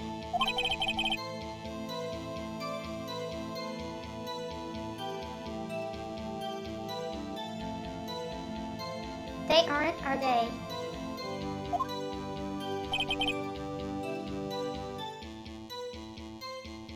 Not at all. I guess we jumped the gun.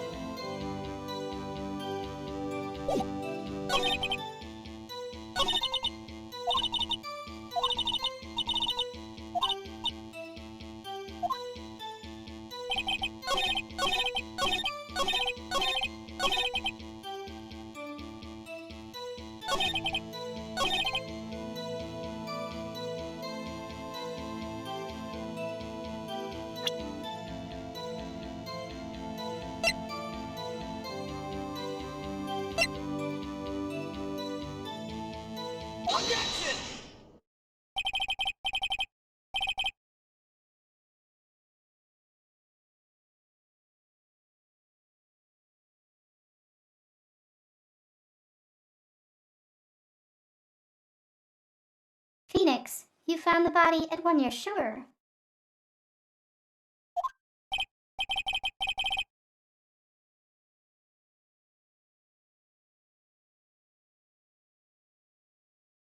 Saw it, yes.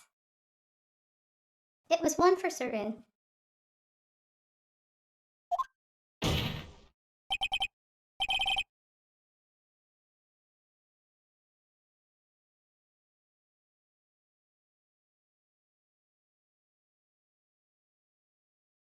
Phoenix, frankly, I find the third to believe.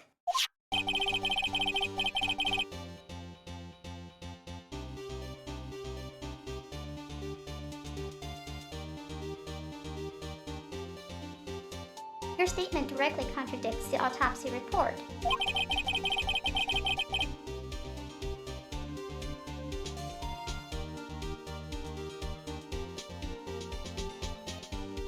The autopsy notes the time of death at some time, after 4.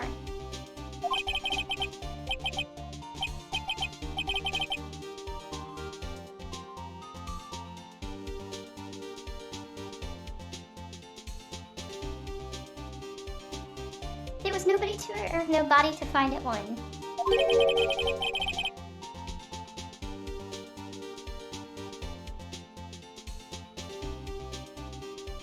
How do you explain this 3-hour gap?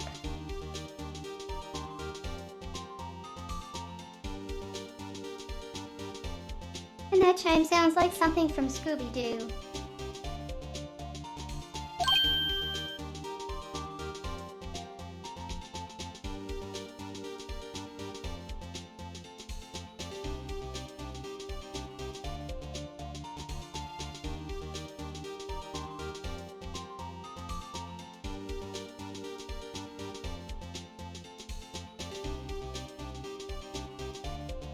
So it, sweating buckets.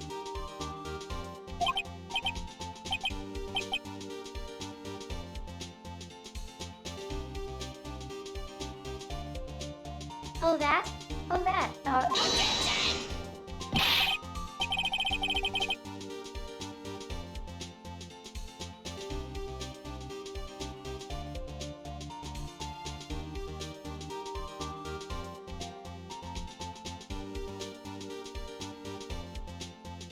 Pain. Objection. This is trivial. The witness merely forgot the time.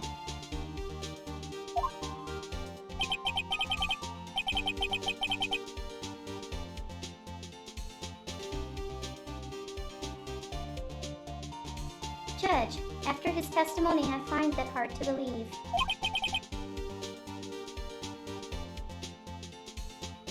Mister, so...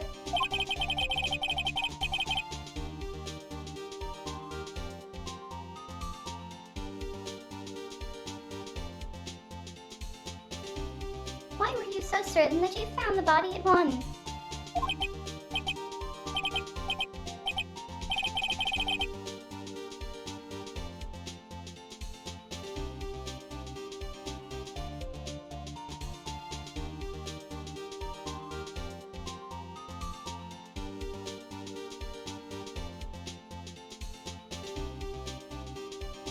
Saw it there? Well, IPA, that's a really good question.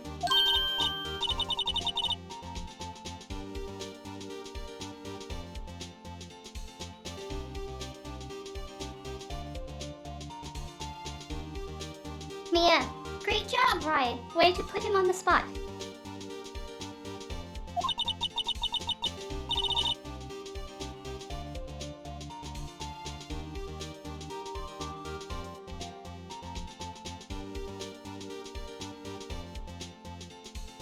That's all you have to do. Point out contradictions.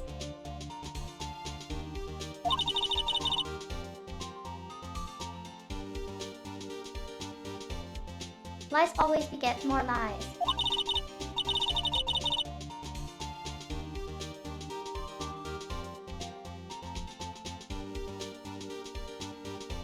See through one and their whole story falls apart.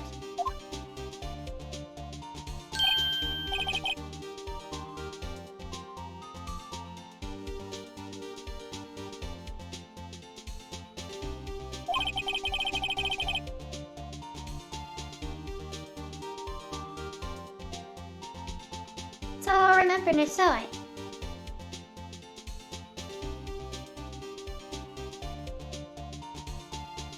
Judge, would you care to give your testimony again?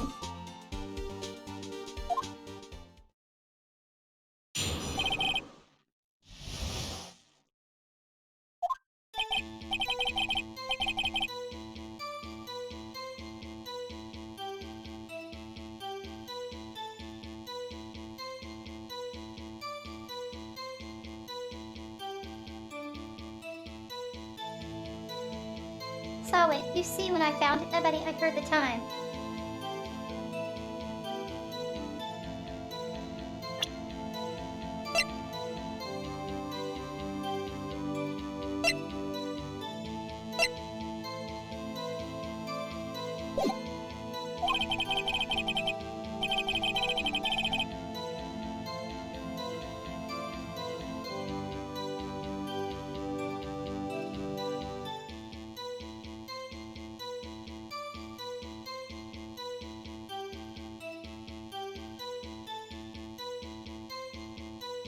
There was a voice saying the time. It was probably coming from the television.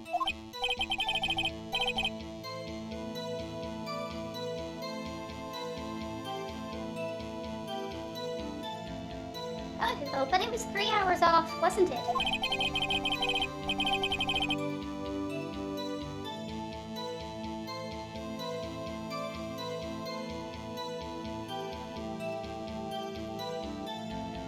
I guess the victim must have been watching a video of a taped program.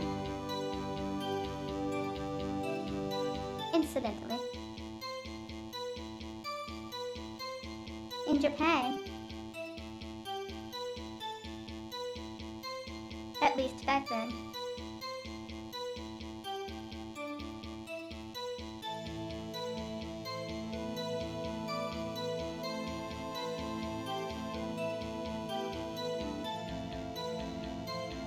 They had these clocks in the corners of some live show.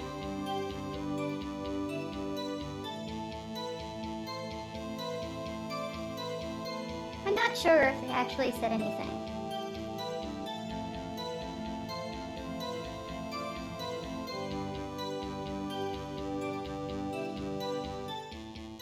But if you look at phantoms from the ear, you see it a lot.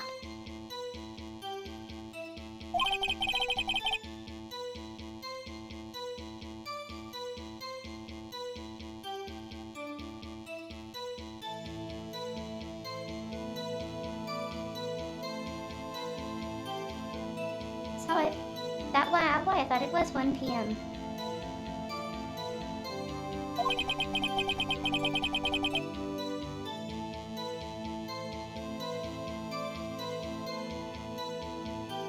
Terribly sorry about the misunderstanding.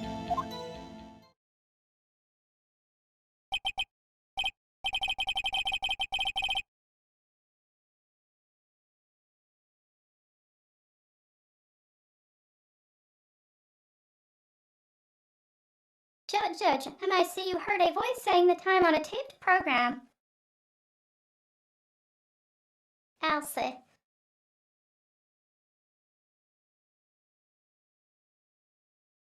Think about the setting.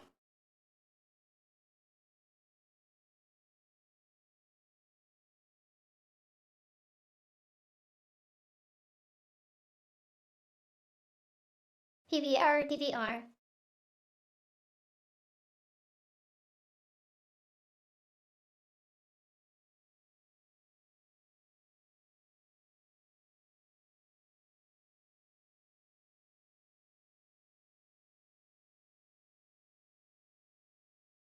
If it had been a tape, the tape would have hit the end of the reel after 2 hours.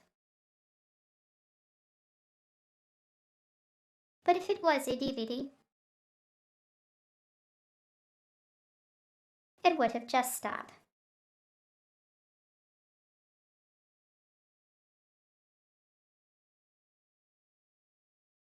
Since he thinks it's a recorded program,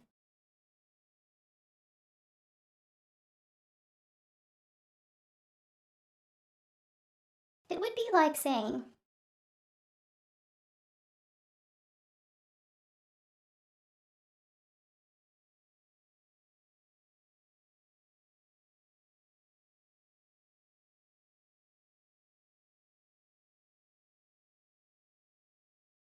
the victim was watching a pre-recorded program that was left on for hours. Even back then.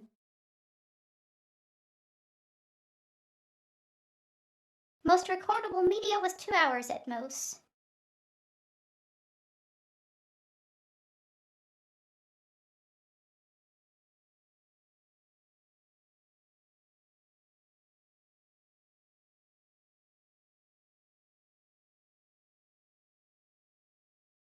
So if the body was found between 4 and 5, and the tape said 1,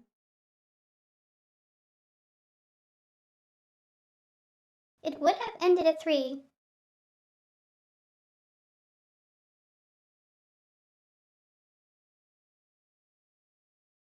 Anyway, probably not relevant.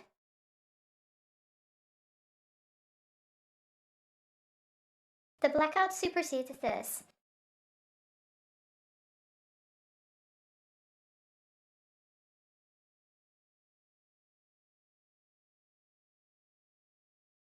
Judge, I see you heard a voice saying the time on a taped program.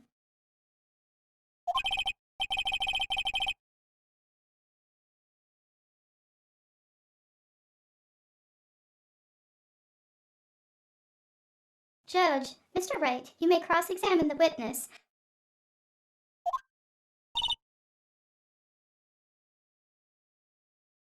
Mayor Wright.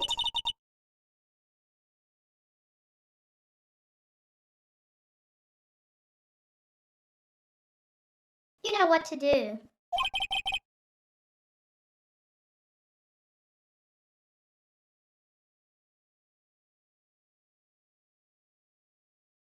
Phoenix, I've got this one.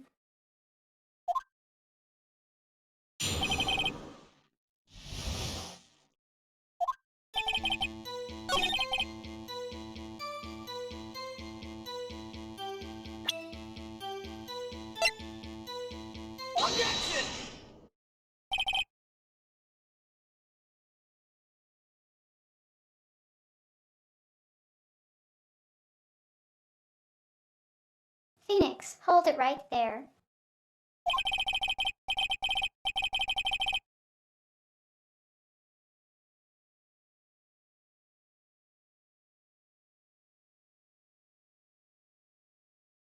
The prosecution has said there was a blackout at the time of the discovery.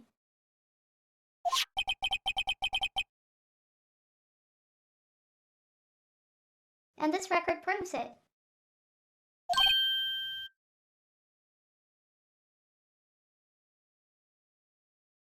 So it.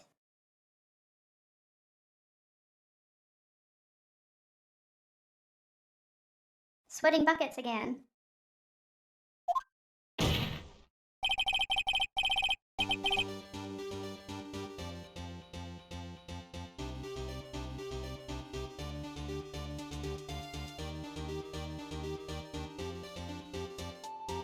Phoenix, you couldn't avert a television or a video.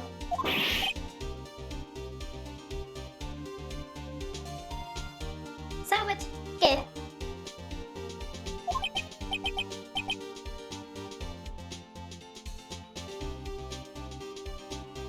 I will irk.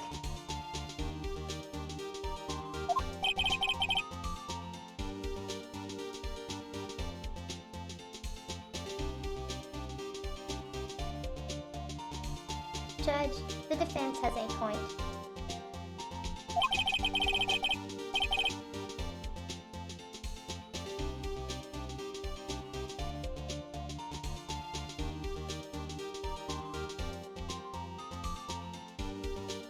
Do you have an explanation for this, Mr. Sowit? Keep in mind,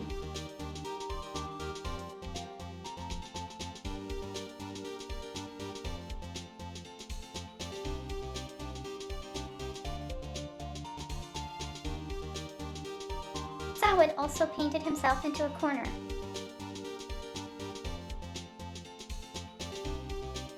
Since he said the phone didn't work. If the power was it.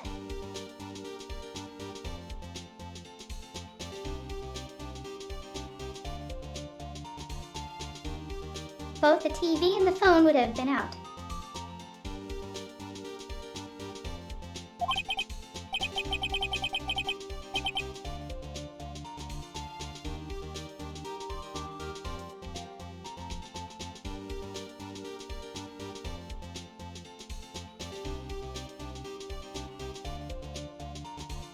So it, now I find it quite puzzling myself, quite.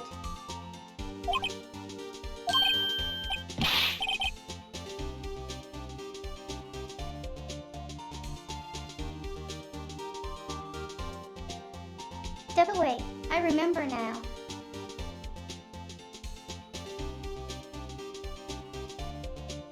Sure you do, Buddha.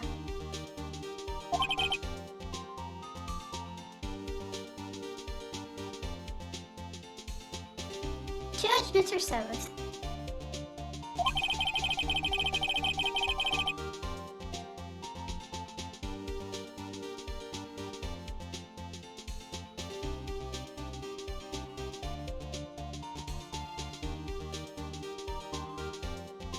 The court would prefer to hear an accurate testimony from the very beginning.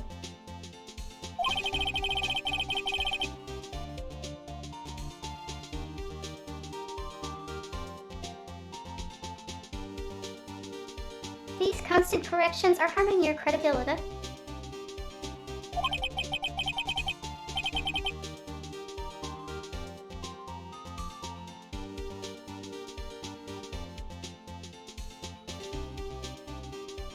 That, and you seem rather distraught.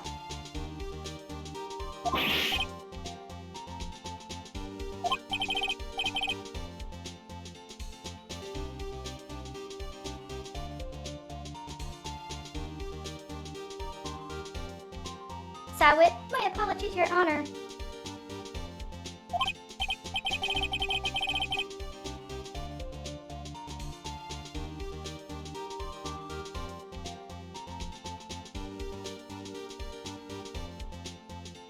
It must have been the shock of finding the body.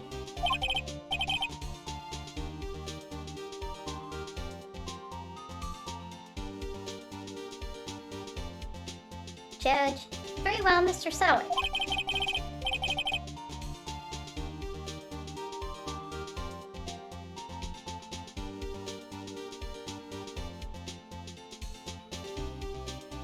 Let's hear your testimony once more, please. Now what?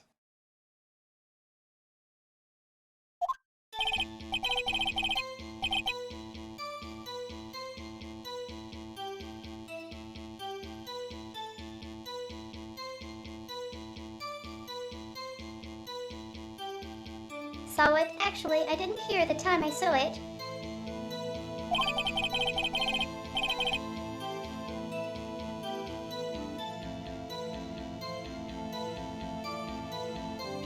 There was a table clock in the apartment, wasn't there?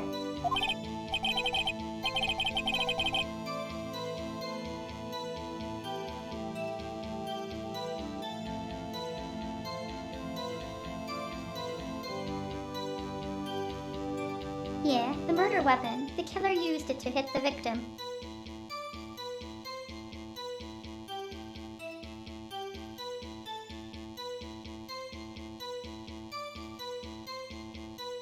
How does he know what the murder weapon is?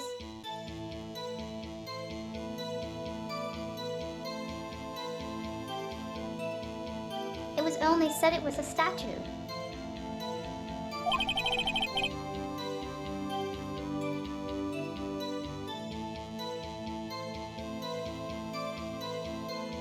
Salad, that must have been what I saw.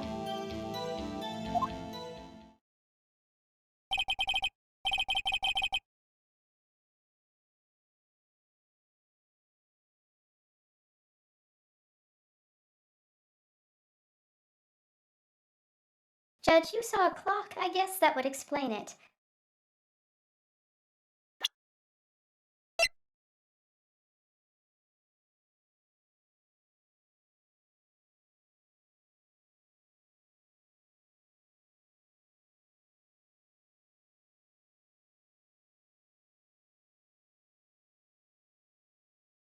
Says statue, not clock.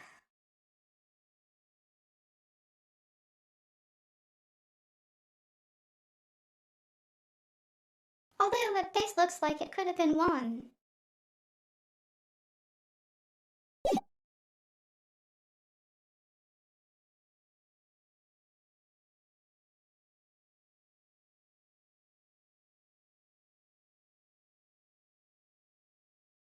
In the DS version of the game, it probably wasn't visible.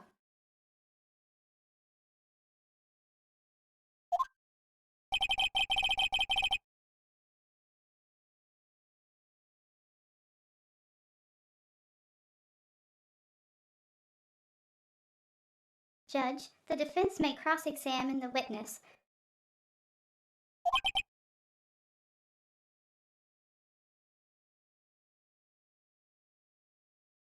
Phoenix, Gladla.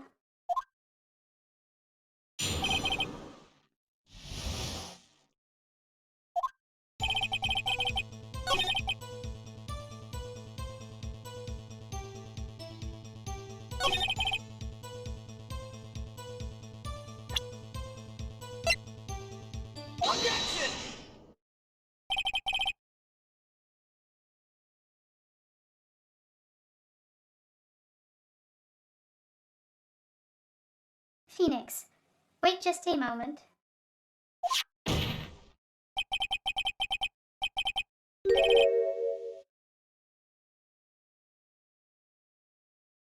The murder weapon wasn't a clock. It was the statue.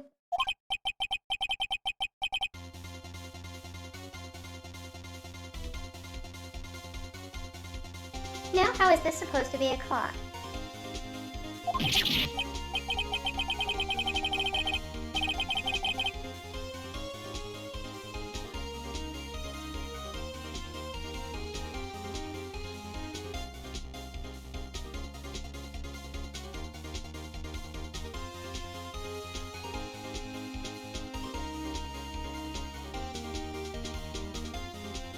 So you with your objections and your evidence, just who do you think you are?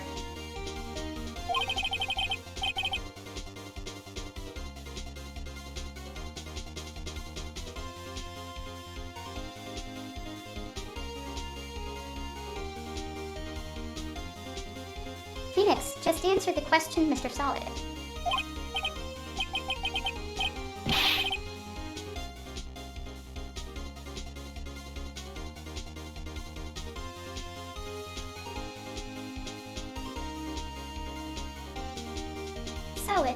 Hey, I saw it there. Okay, that's a clock.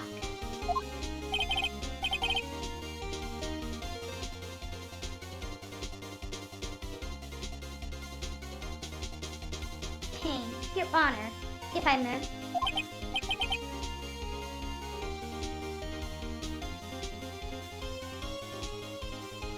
Judge, yes, Mr. Payne.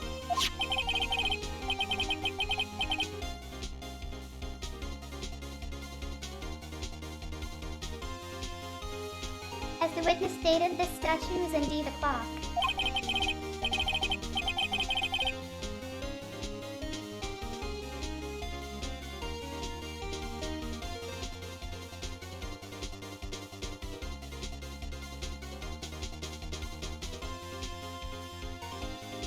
The neck is a switch.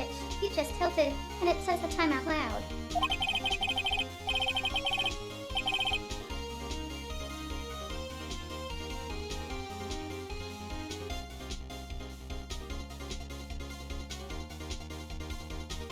As it doesn't look like a clock, I submitted it as a statue. My apologies.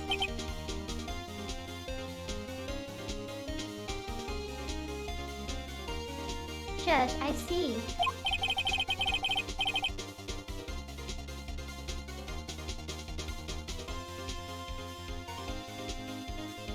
So the murder weapon was a table clock after all.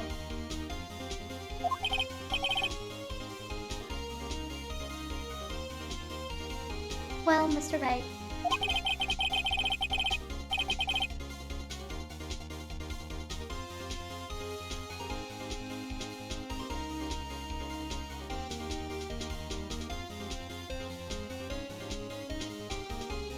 It appears that the witness's testimony was correct.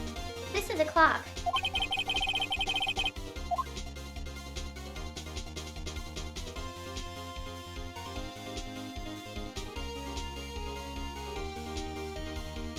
Do you have any problems with his testimony now?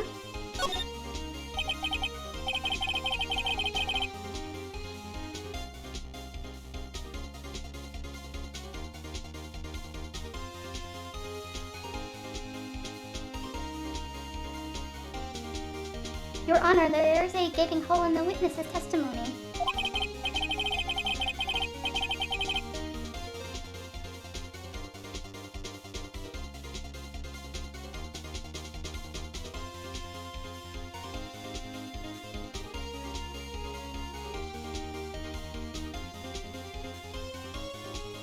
Phoenix, the only way he could have known the weapon was a clock is to hold it in his hand.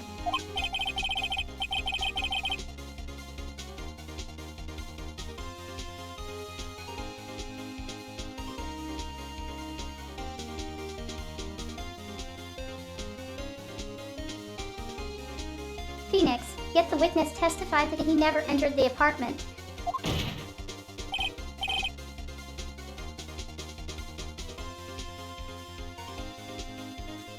Clearly a contradiction.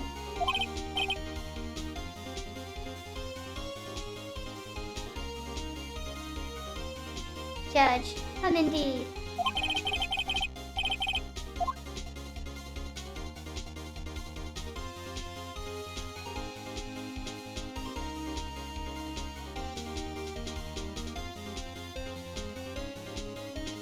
Phoenix, the witness knew it was a clock because he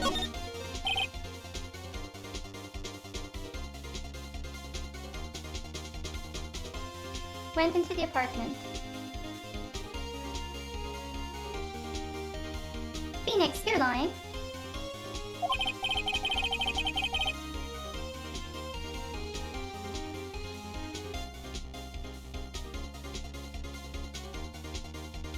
You were inside the apartment on the day of the murder.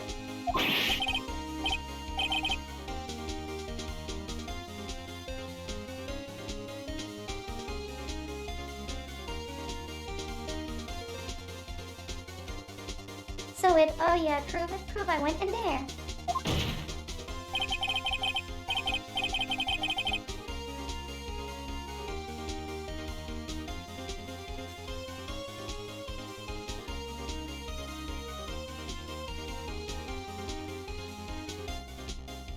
Phoenix, I'll do better than that. I can prove you were the one who killed her.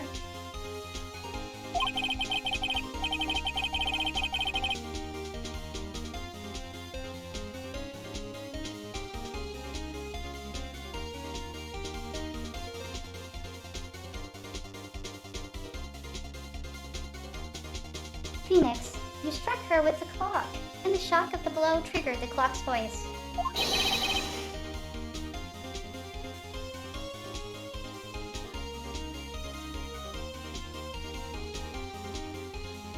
Phoenix, that was the sound you heard.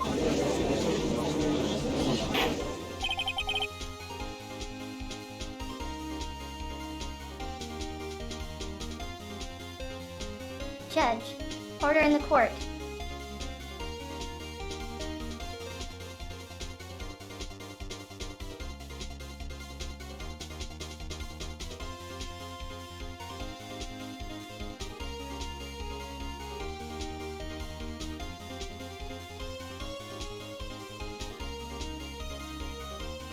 I don't think this happens in a real court. You can't put the witness on trial.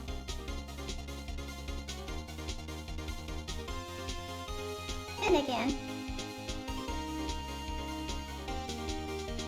I've never been inside a courtroom.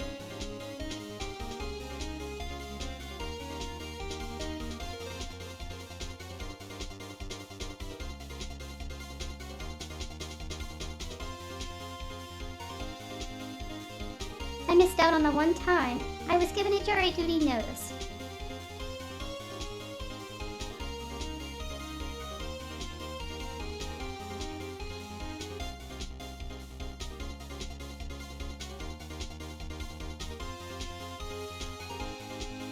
Which would have been like September of this year.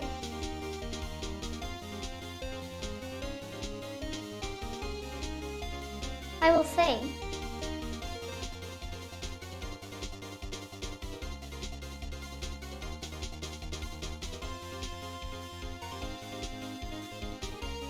enough TV shows do put the witness on trial.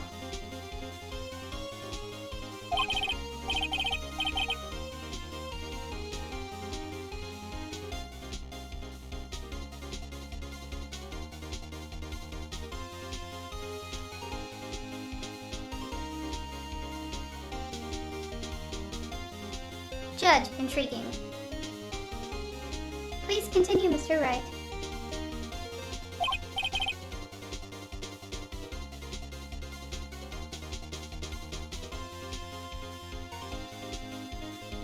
Phoenix, yes, Your Honor.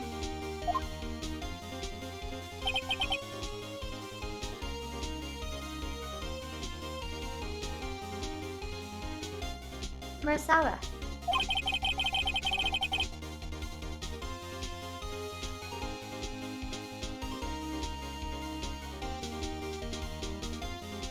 The sound must have left quite an impression on you.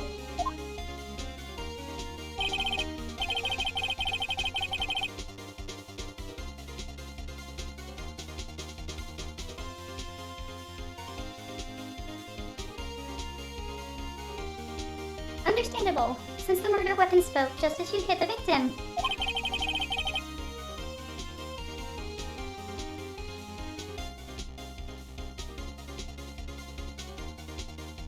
That voice was burned into your mind.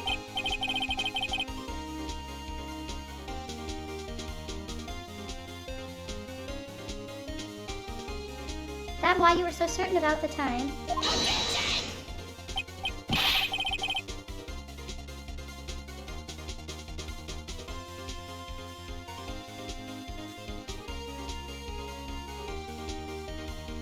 Pain, objection W, what's the meaning of this?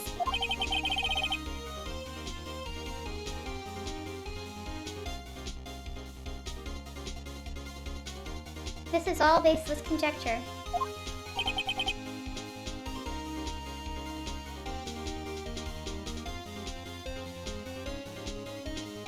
Phoenix, baseless.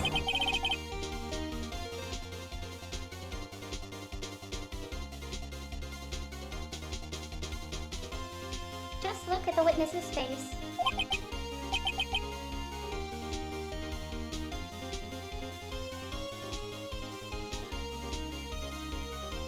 with Angura.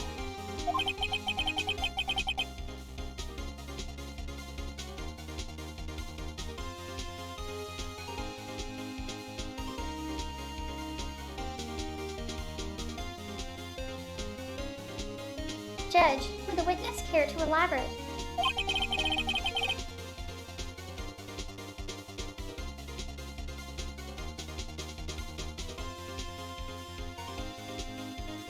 Did you strike the victim with the clock?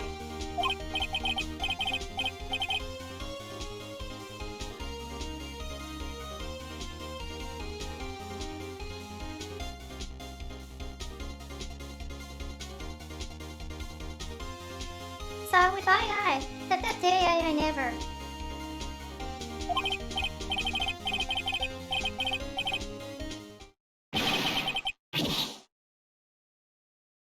Look at the clock.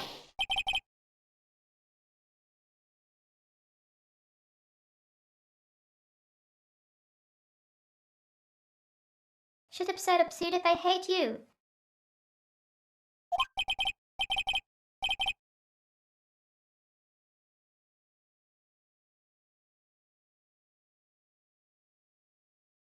I was him, I tell you, I saw him.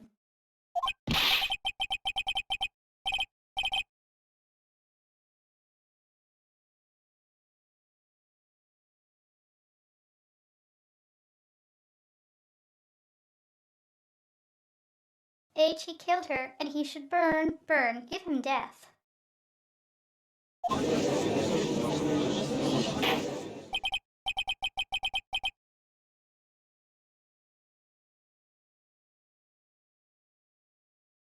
Judge, order in the court, I say.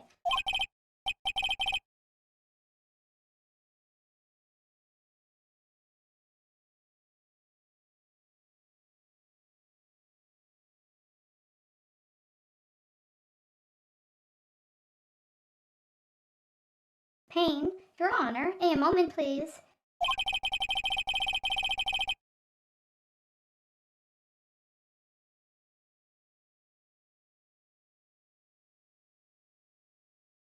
There isn't a shred of evidence to support the defense claims.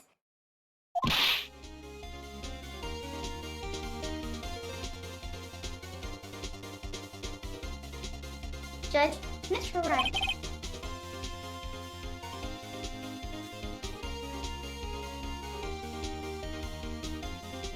Phoenix, Your Honor.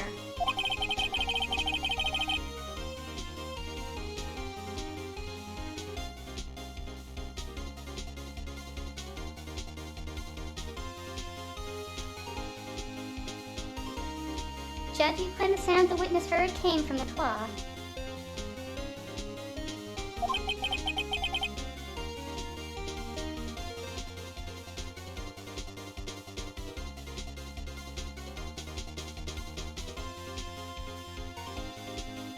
Do you have any evidence?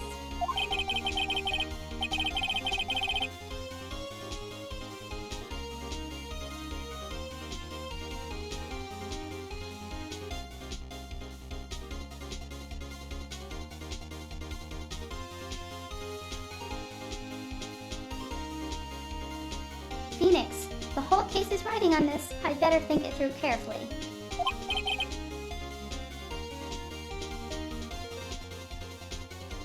Your Honor.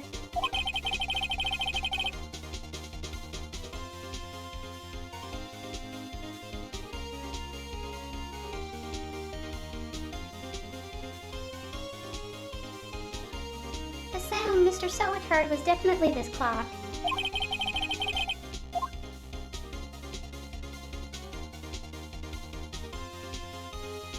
A fact which is to your player, it seems.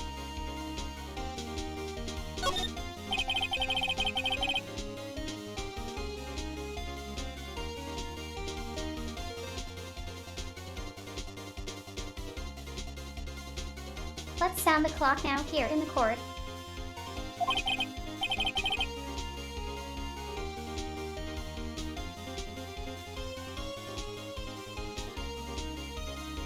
Your Honor, may I have the clock?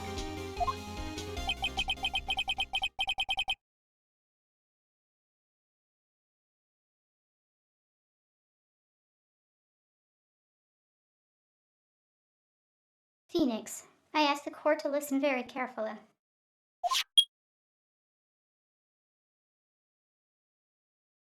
B.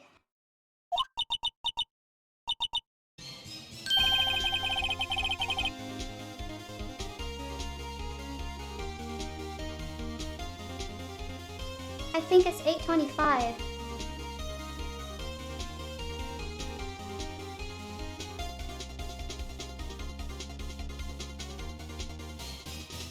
Judge, that certainly is a strange way to announce the time.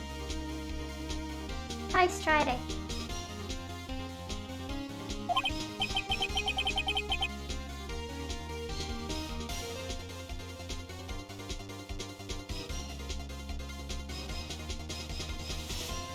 Well, he's the thinker, after all.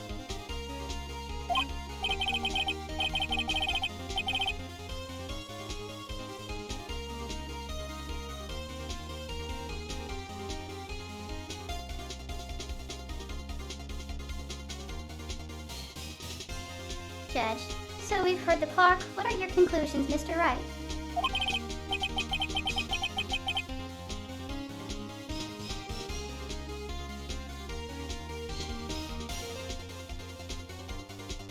Mr. Payne, can you tell me what time is it now?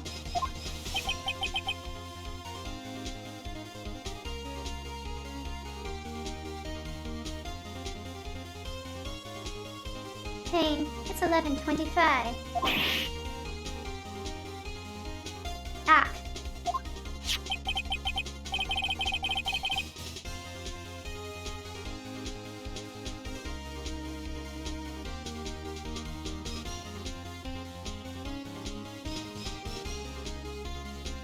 Phoenix, as you can see, this clock is exactly 3 hours slow.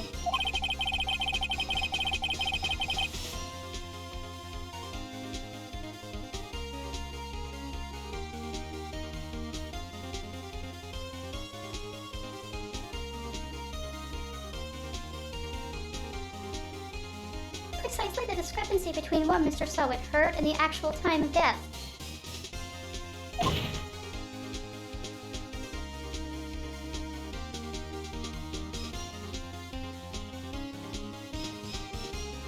Phoenix, so, Mr. Sowett.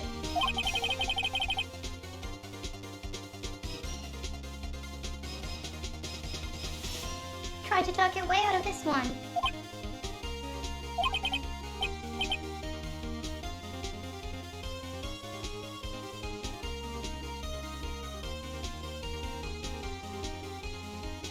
Sowett, ha ha ha.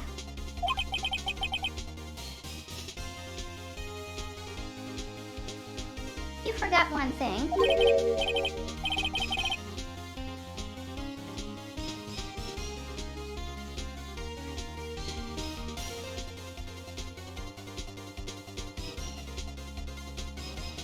Phoenix, uh-oh, what are you talking about now?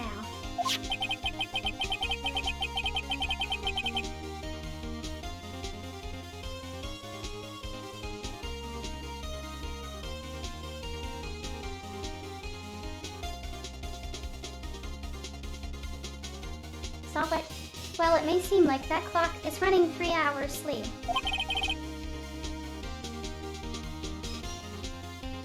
It proves nothing.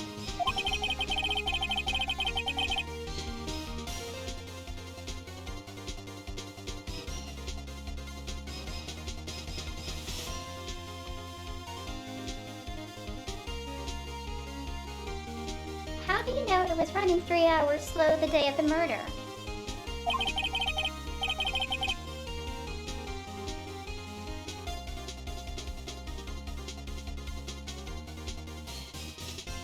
If you can't prove that, you don't have a case.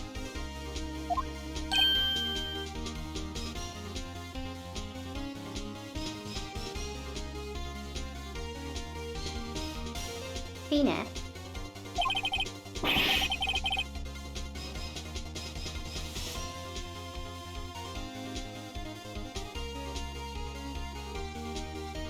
He's right. How am I going to prove that?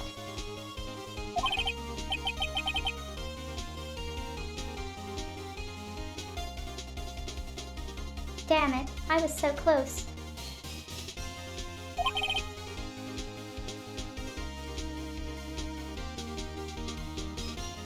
Judge, Mr. Wright.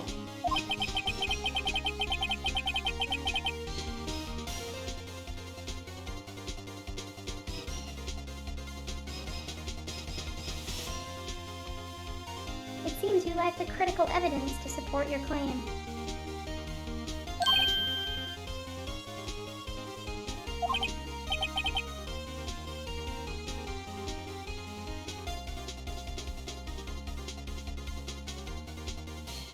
Phoenix, yes, Your Honor.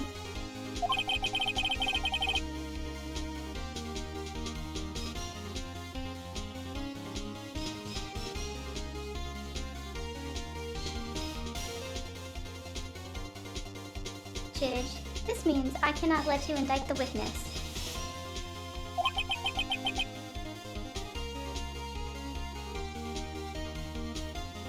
Unfortunate.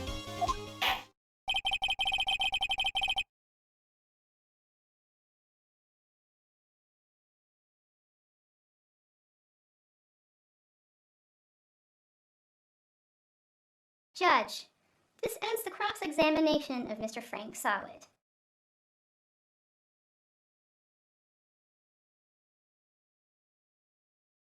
Oh, we're gonna let the guy go now, huh?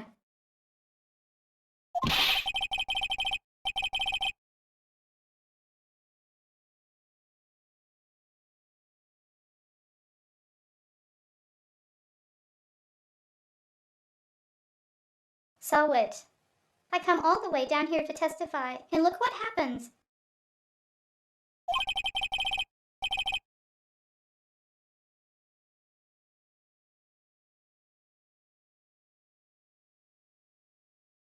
You treat me like a criminal. What criminal?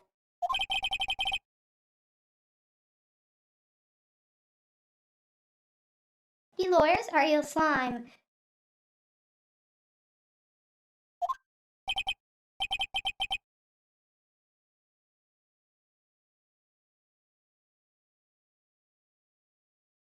Phoenix, girl, I almost had him.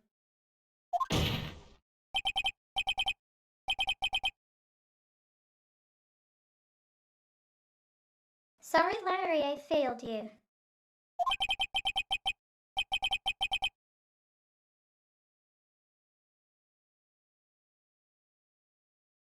There's nothing I can do about it now.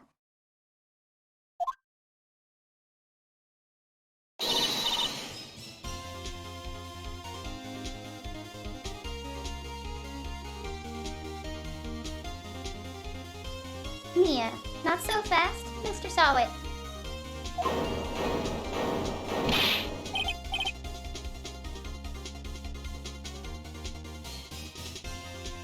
Mia, I mean to...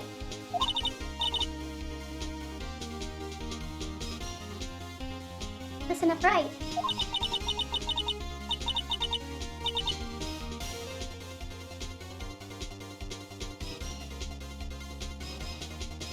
Don't throw this one away, not like this. Think.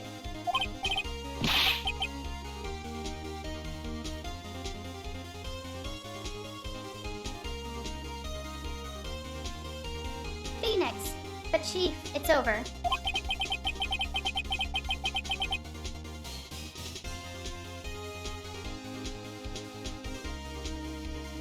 I can't prove the clock was slow the day of the murder.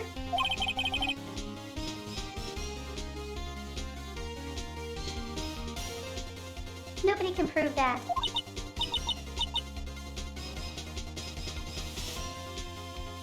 Oh, well, yes.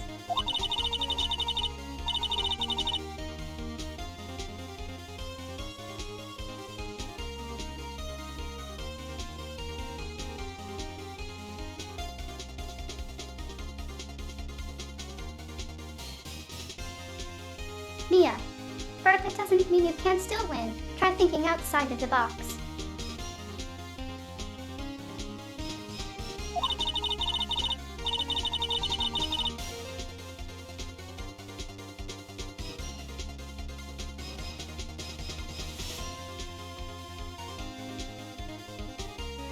Don't waste time doubting the facts. Assume the clock was 3 hours slow and...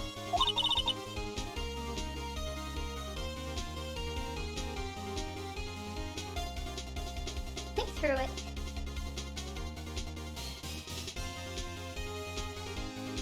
Did you murder someone, Strider?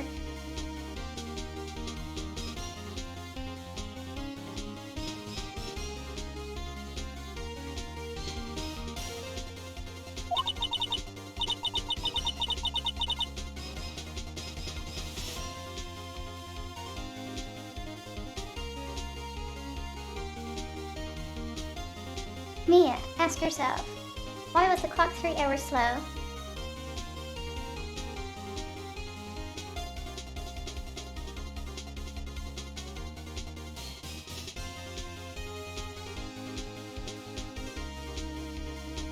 Siderider, not yet. Why, who are you planning on murdering?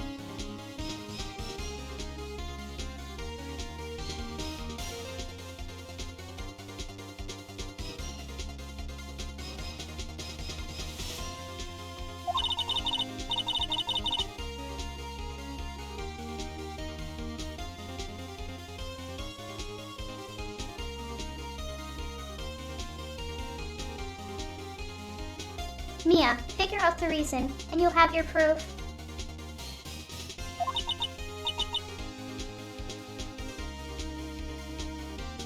Right.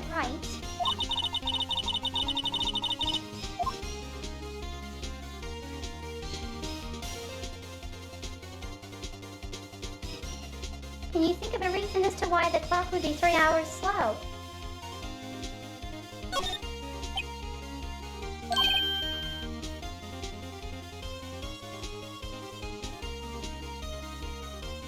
Phoenix, wait.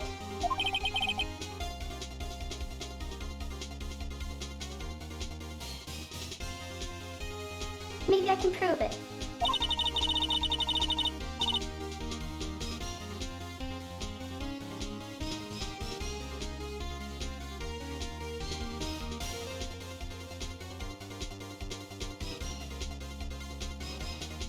Man, you must have evidence somewhere that can prove it right.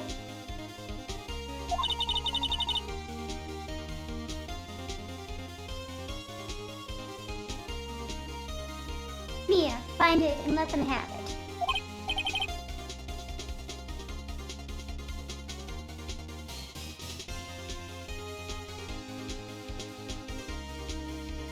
Judge, well, Mr. Wright.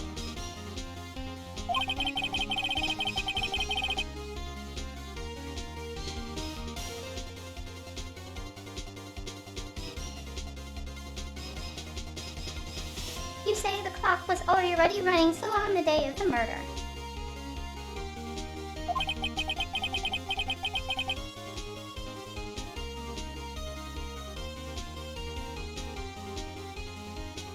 Have you found evidence to support this claim?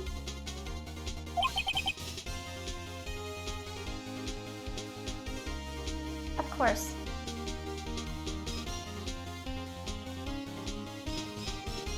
The passport.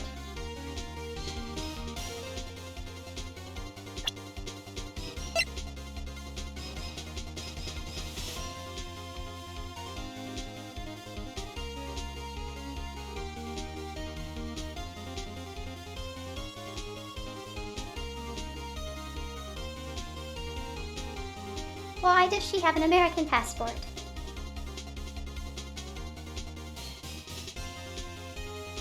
Any. Tenzos.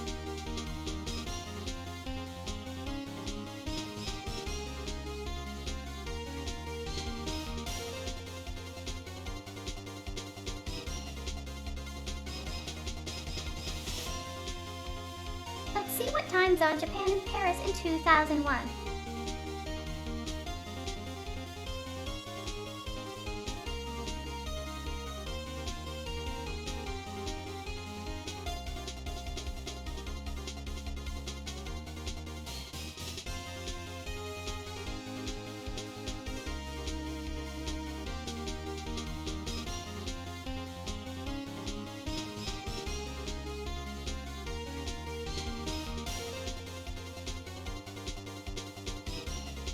Oh, cool.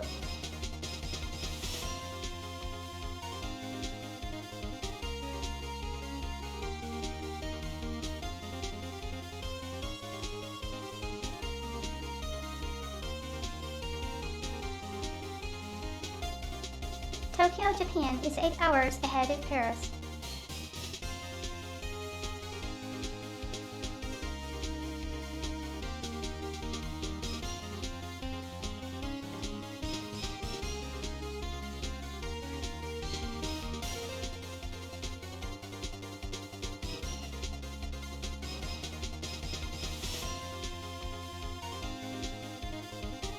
So the clock is picked up in Paris.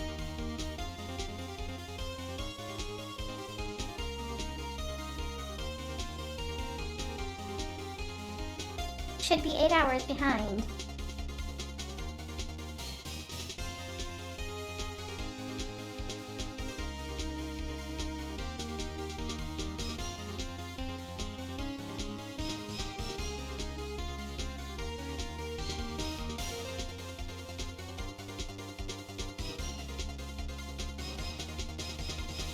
Now, if you recall earlier in the case,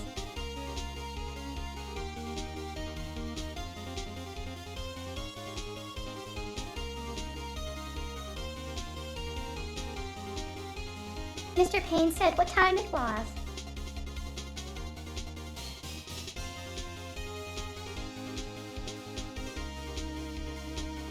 And the statue said AM.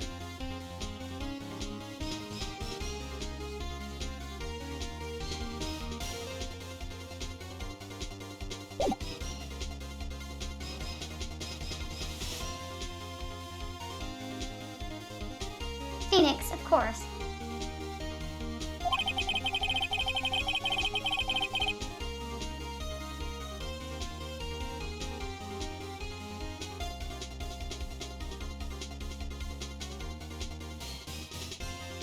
This is a piece of evidence in the court record that can prove my claim beyond a doubt.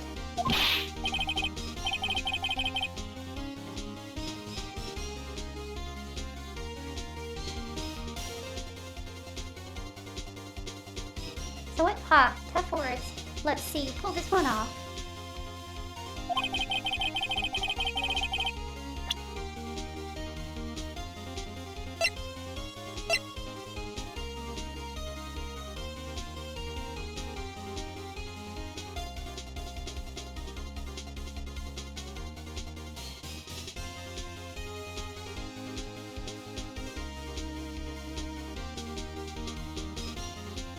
Judge, let's see this evidence that proves why the clock was running slow.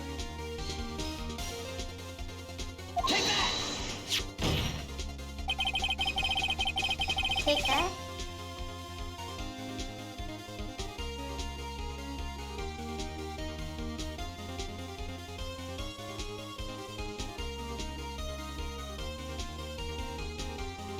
Phoenix, the visitant had just returned home from abroad the day before the murder.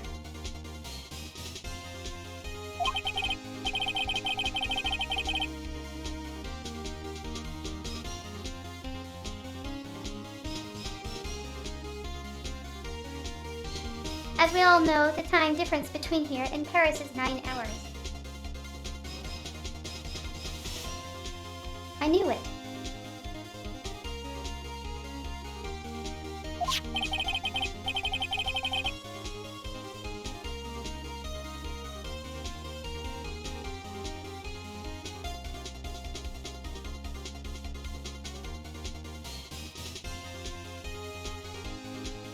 When it's 4 p.m. here, it's 1 the next day there.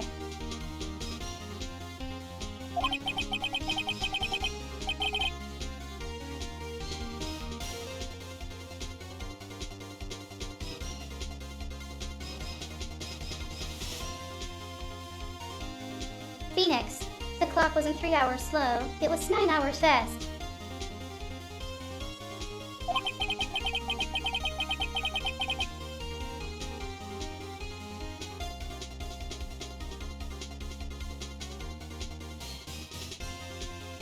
The victim hadn't reset her clock since returning home.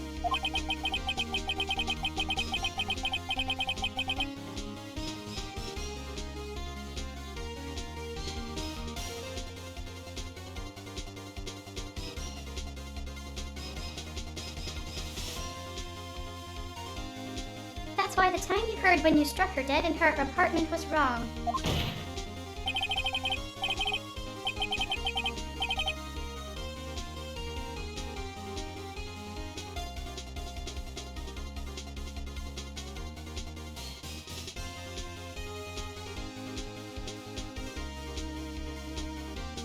proof enough for you, Mr. Sowit? Or should I say Mr. Did It?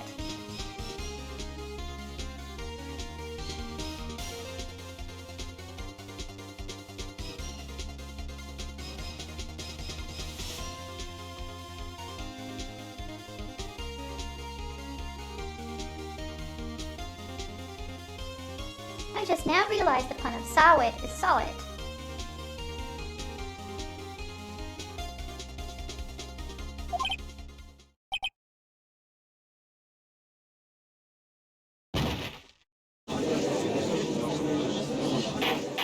Sowit noises.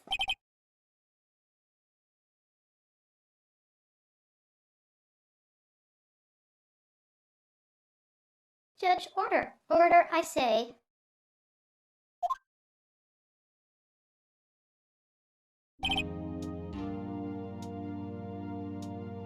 Judge, what?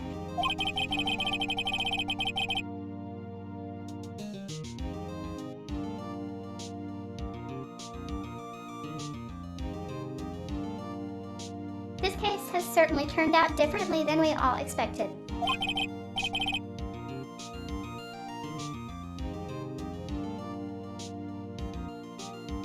Mr. Payne, your witness.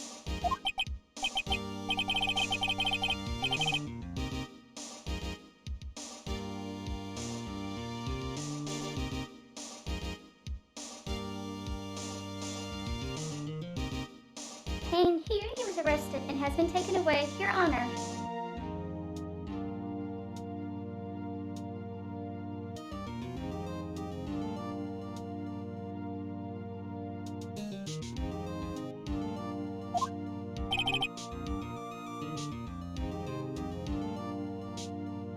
Judge, very well.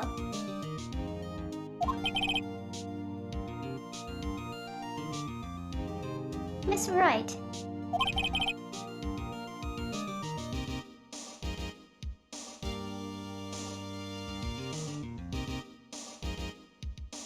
Phoenix, yes, Your Honor.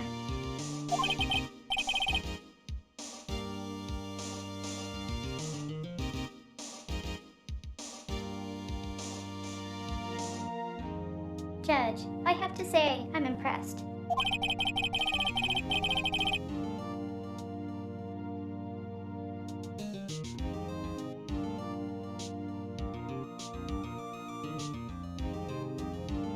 I don't think I've ever seen someone complete a defense so quickly.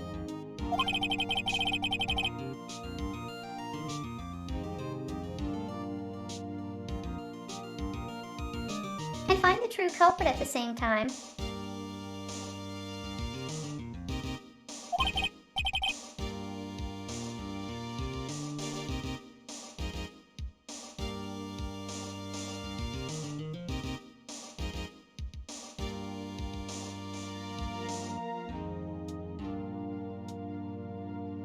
Thank you, Your Honor.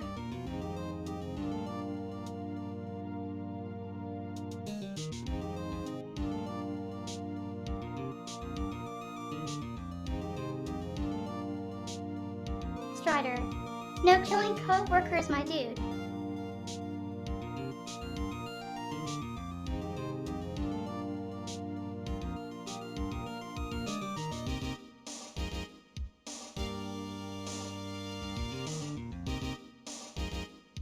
Phoenix, thank you, Your Honor.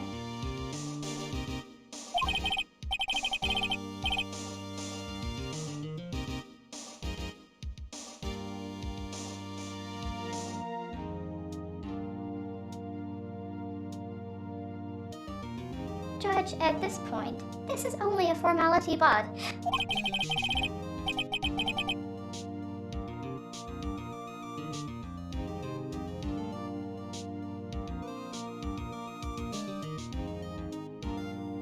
this court finds the defendant, Mr. Larry Butts.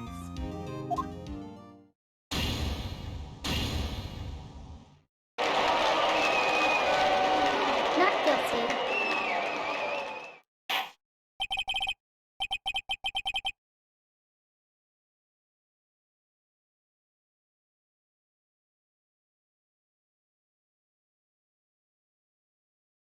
Judge, and with that, this court is adjourned.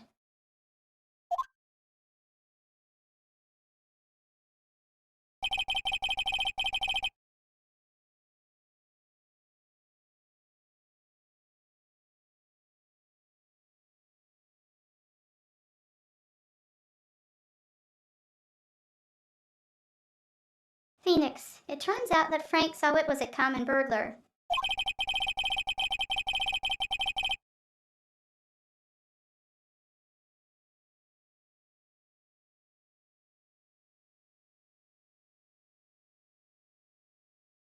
He posed as a newspaper salesman to check and see when people were out of the house. That day.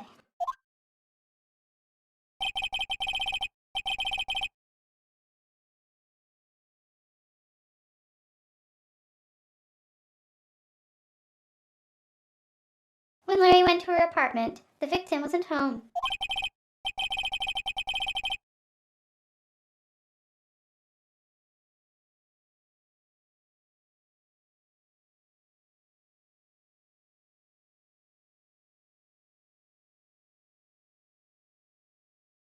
After he left, Mr. Sowett let himself in to do his dirty work.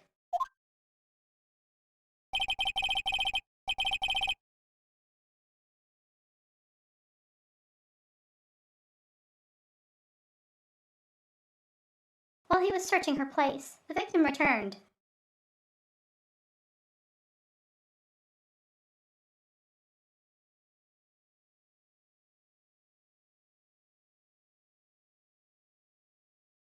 If you've seen any real-life crime stories, you know this part is familiar.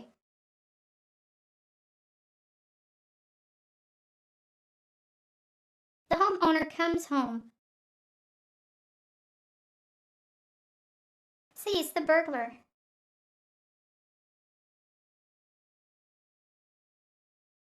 and confronts them.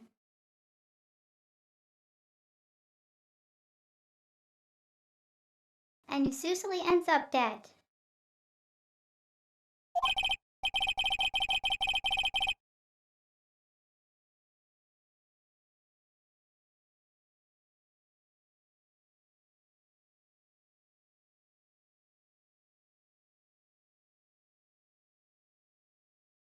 Phoenix, flustered, Mr. Sawwick grabbed the nearest blunt object he could find.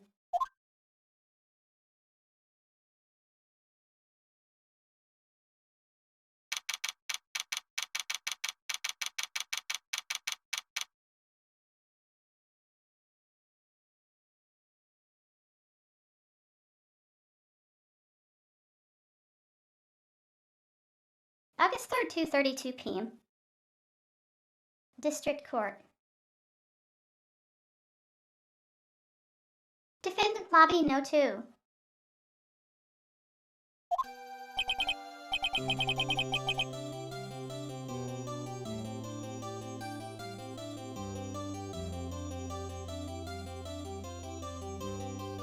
Phoenix, swoop. I still can't believe we won.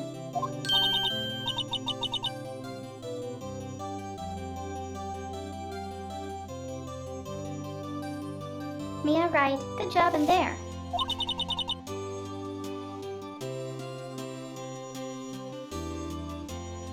Congratulations.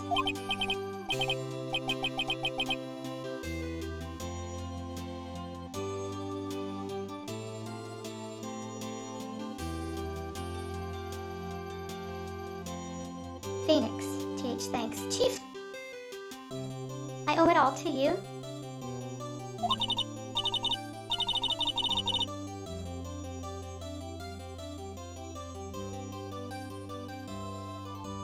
Mia, not at all, not at all.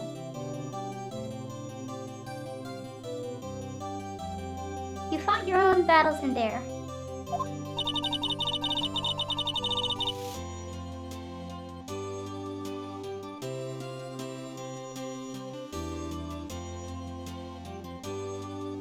It's been a while since I've seen a trial end on such a satisfying note.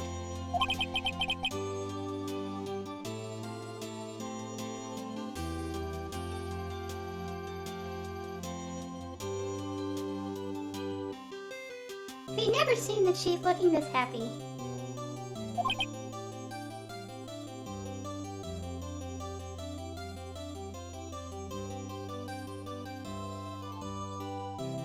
If she's this glad, imagine how Larry must feel.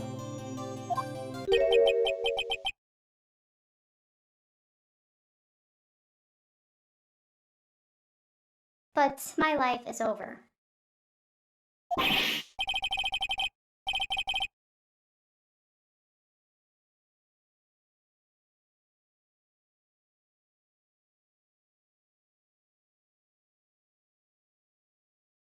Phoenix, Larry, you're supposed to be happy. What's wrong now?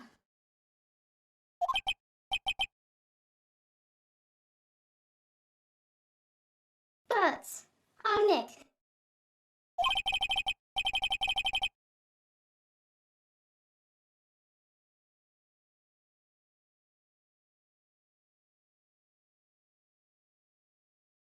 Don't worry about me.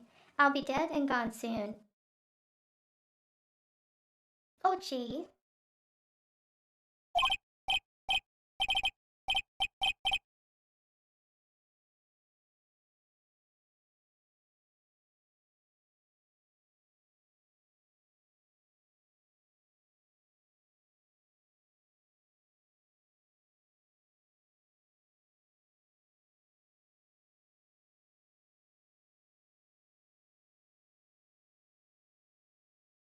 Phoenix. Good. Wait, no. I mean bad, bad, bad, bad.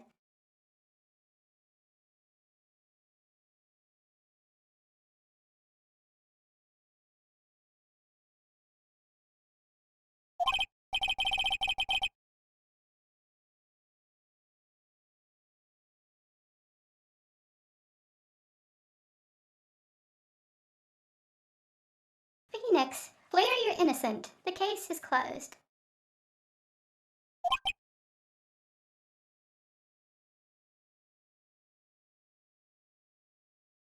But, dot dot dot.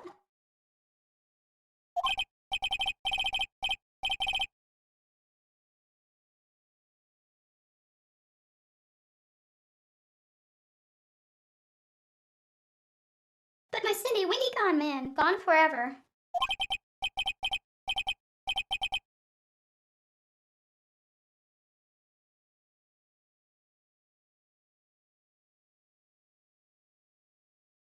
Phoenix, Larry, she wasn't a never mind.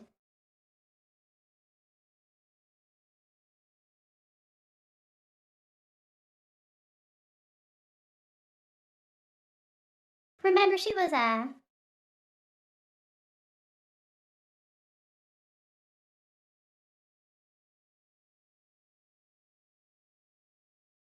sugar baby. What is the term?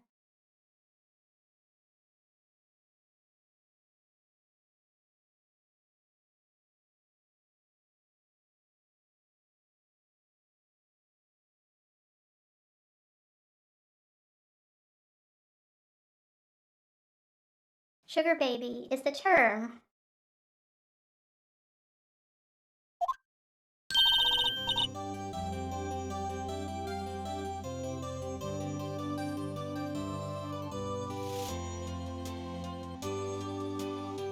Mia, congratulations, Sarah.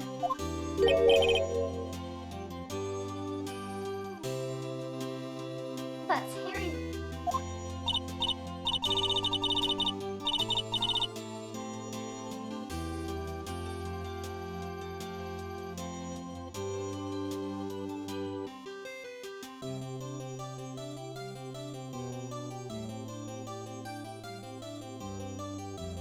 Mia, yes, you.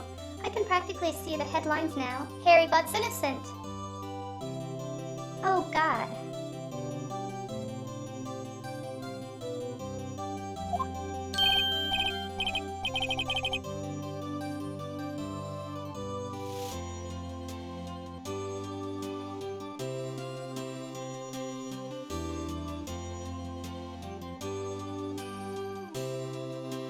Butts, hey, thanks. I really owe you one.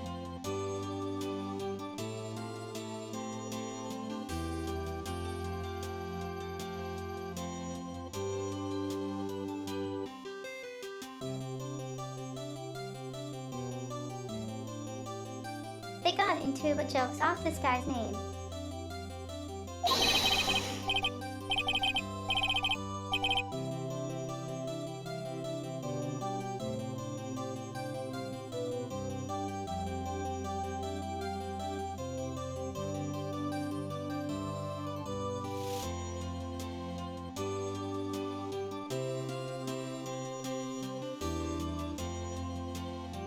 but I won't forget this ever.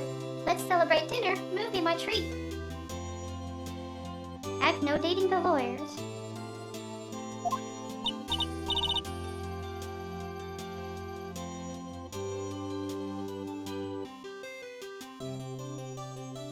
Mia. Oh no, I couldn't.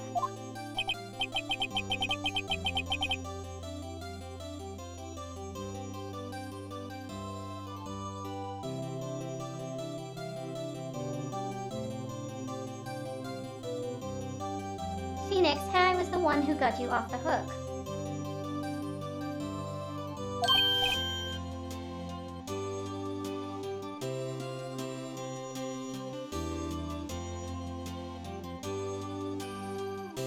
But, oh hey.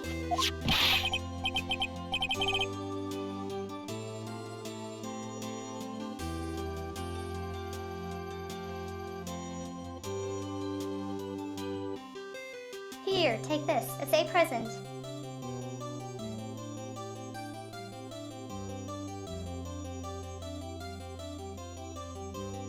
Oh, why are you giving me the murder weapon?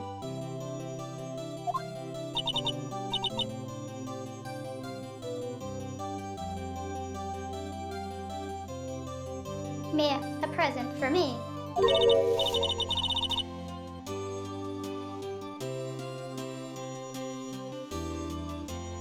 Wait, wasn't this the evidence that...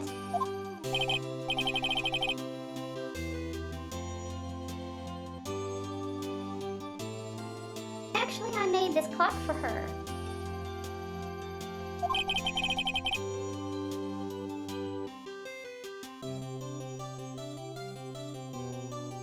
I made one for her and one for her.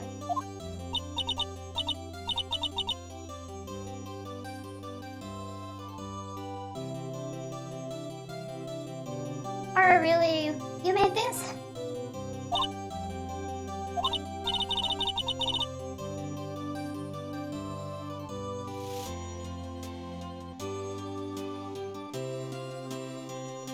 Well, thank you.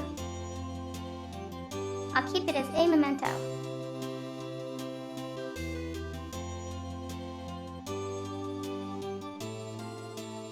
That better not end up as a murder weapon again.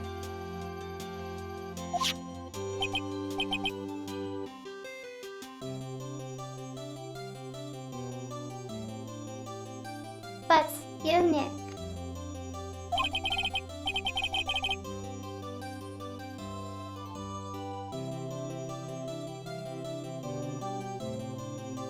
Can you believe it? I was so into that chick.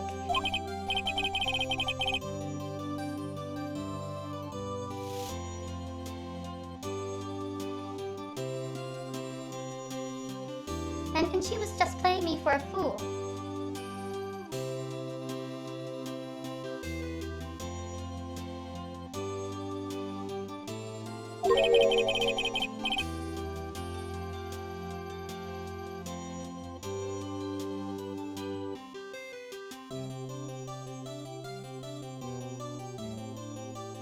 Don't that make you want to just cry?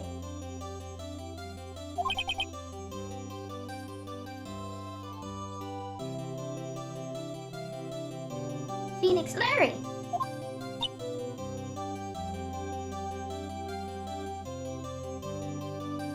Mia ...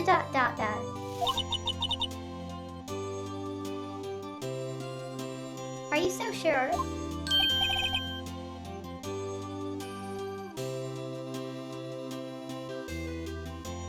But, excuse me.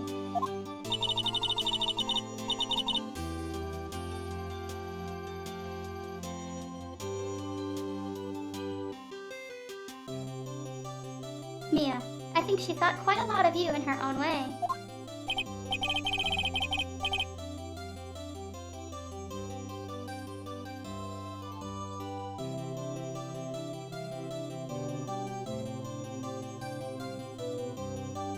But, no, you don't gotta sympathize with me, it's okay.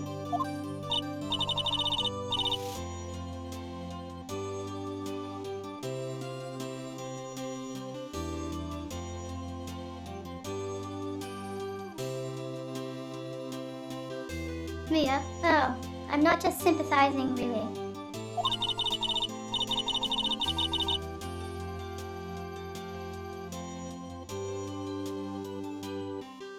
Isn't that right, Wright?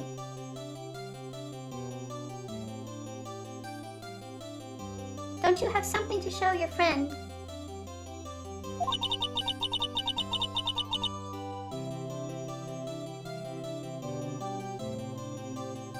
Something that proves how she felt about him.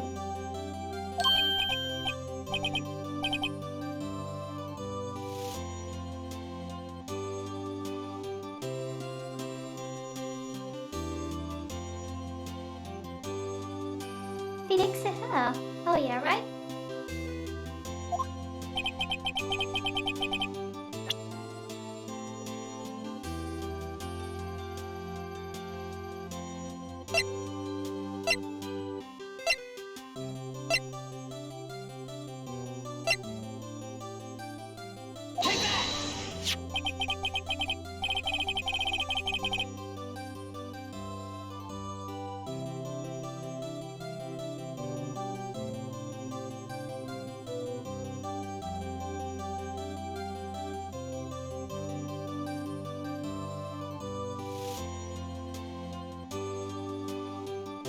Phoenix, check this out, Larry. Proof positive you weren't some chump to her.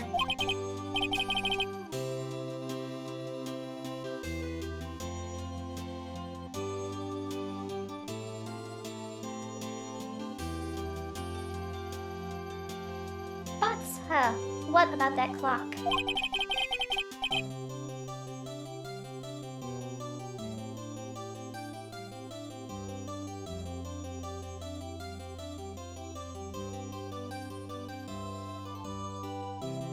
Phoenix, this is the clock you made for her, Larry.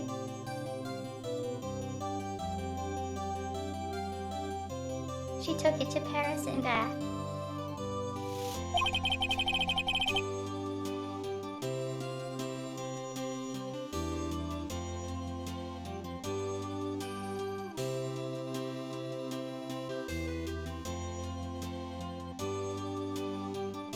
Phoenix, and she took it with her when she traveled.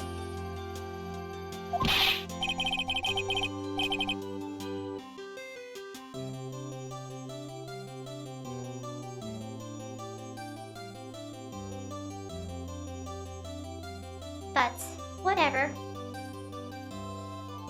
She probably just needed a clock, that all.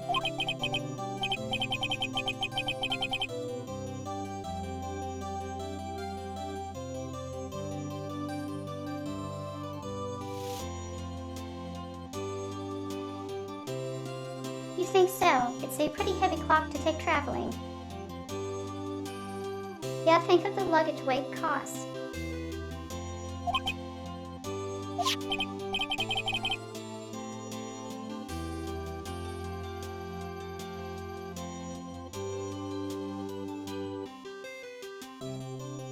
Phoenix, well, make of it what you will.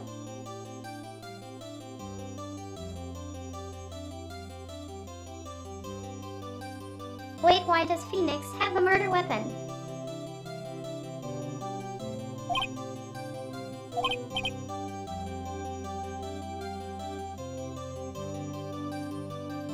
That's hey Nick.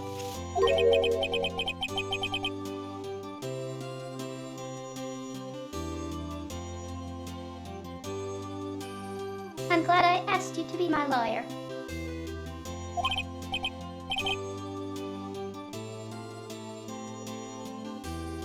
Really, I am.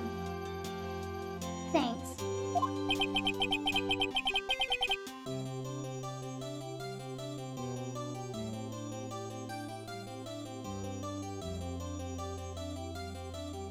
Phoenix, hope that made him feel a little better.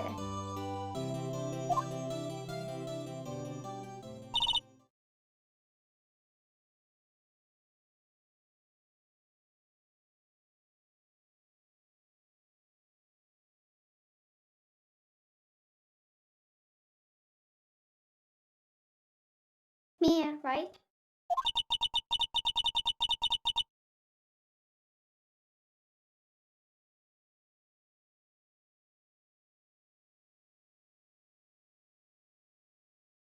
I hope you see the importance of evidence now.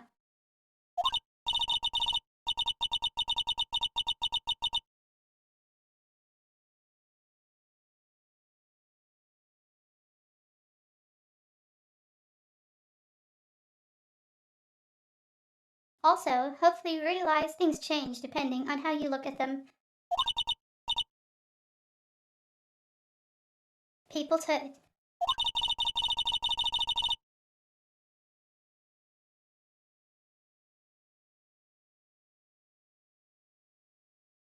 We never really know if our clients are guilty or innocent.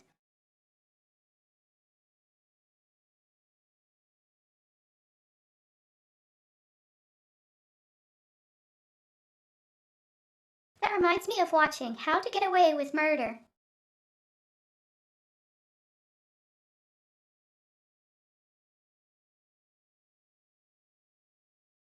Where the entire lead up of the first season.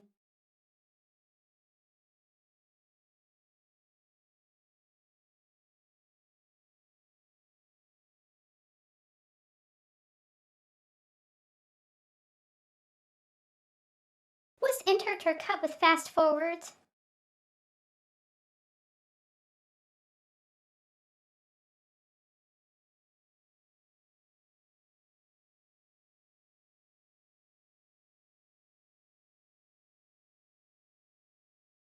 So if you were paying attention, the clues were all there.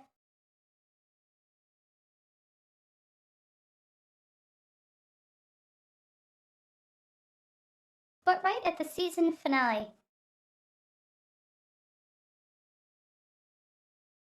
whoops.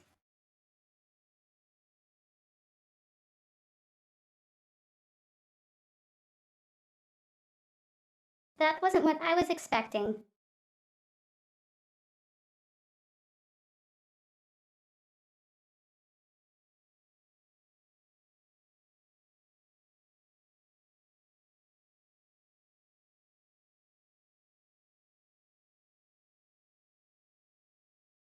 Mia, we never really know if our clients are guilty or innocent.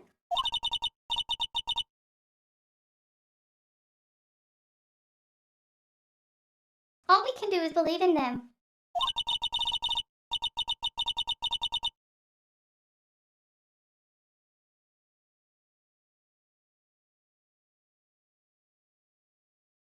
And in order to believe in them, you have to believe in yourself. Right.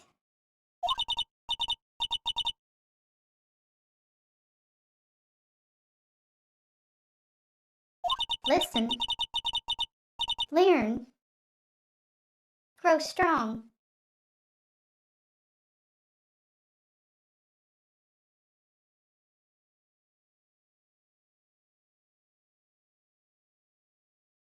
Never let go of what you believe in.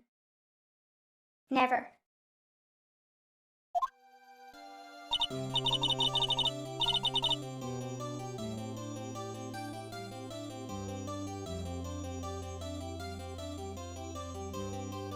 Well, I think our work here is done. Shall we be off?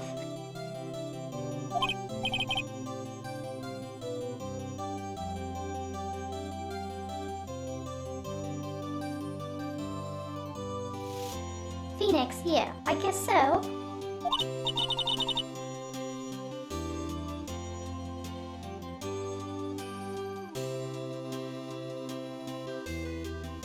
Mia, say, how about dinner? On me.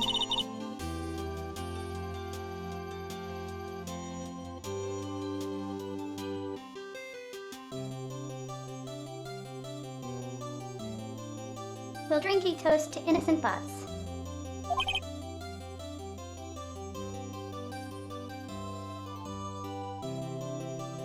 Phoenix, yeah.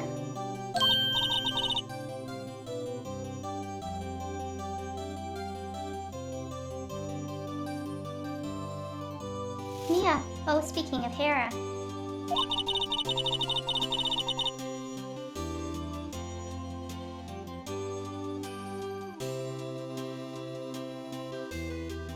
You were saying part of why you became a lawyer was because of him.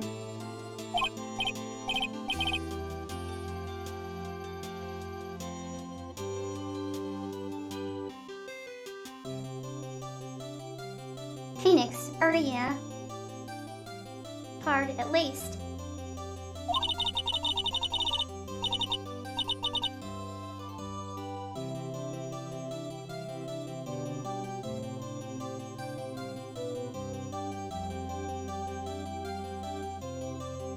You'll have to tell me more about it sometime, maybe over drinks.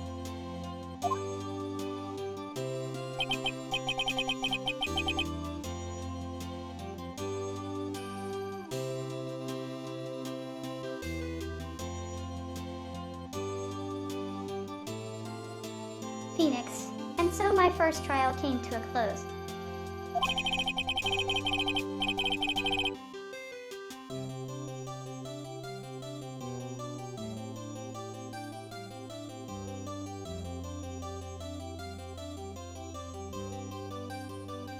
Larry slapped me on the back and said, "Gee, Nick, it's good to have friends."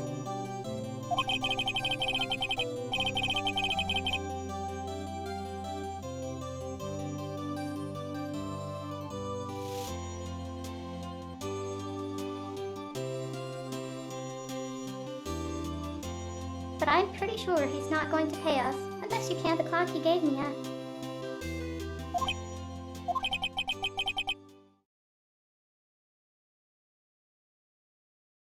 I didn't know it then.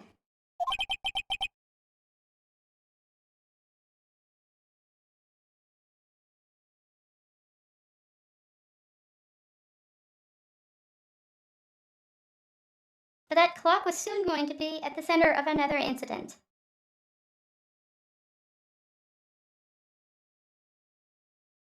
Oh snap, I called it.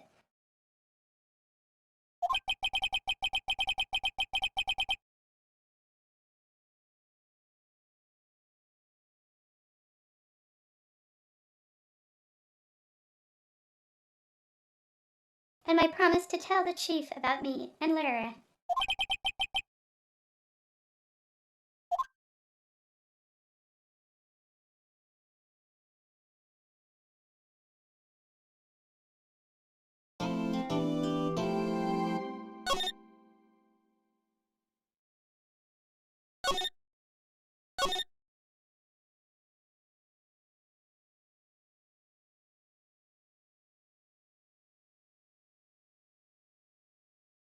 So if you saw my Twitter,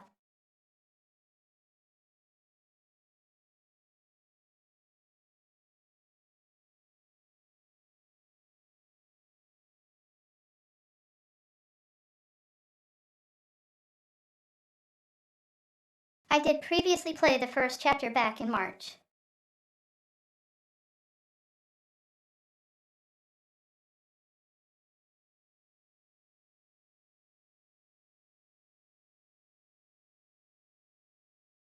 But when I originally played it, I didn't get past chapter 2 or 3.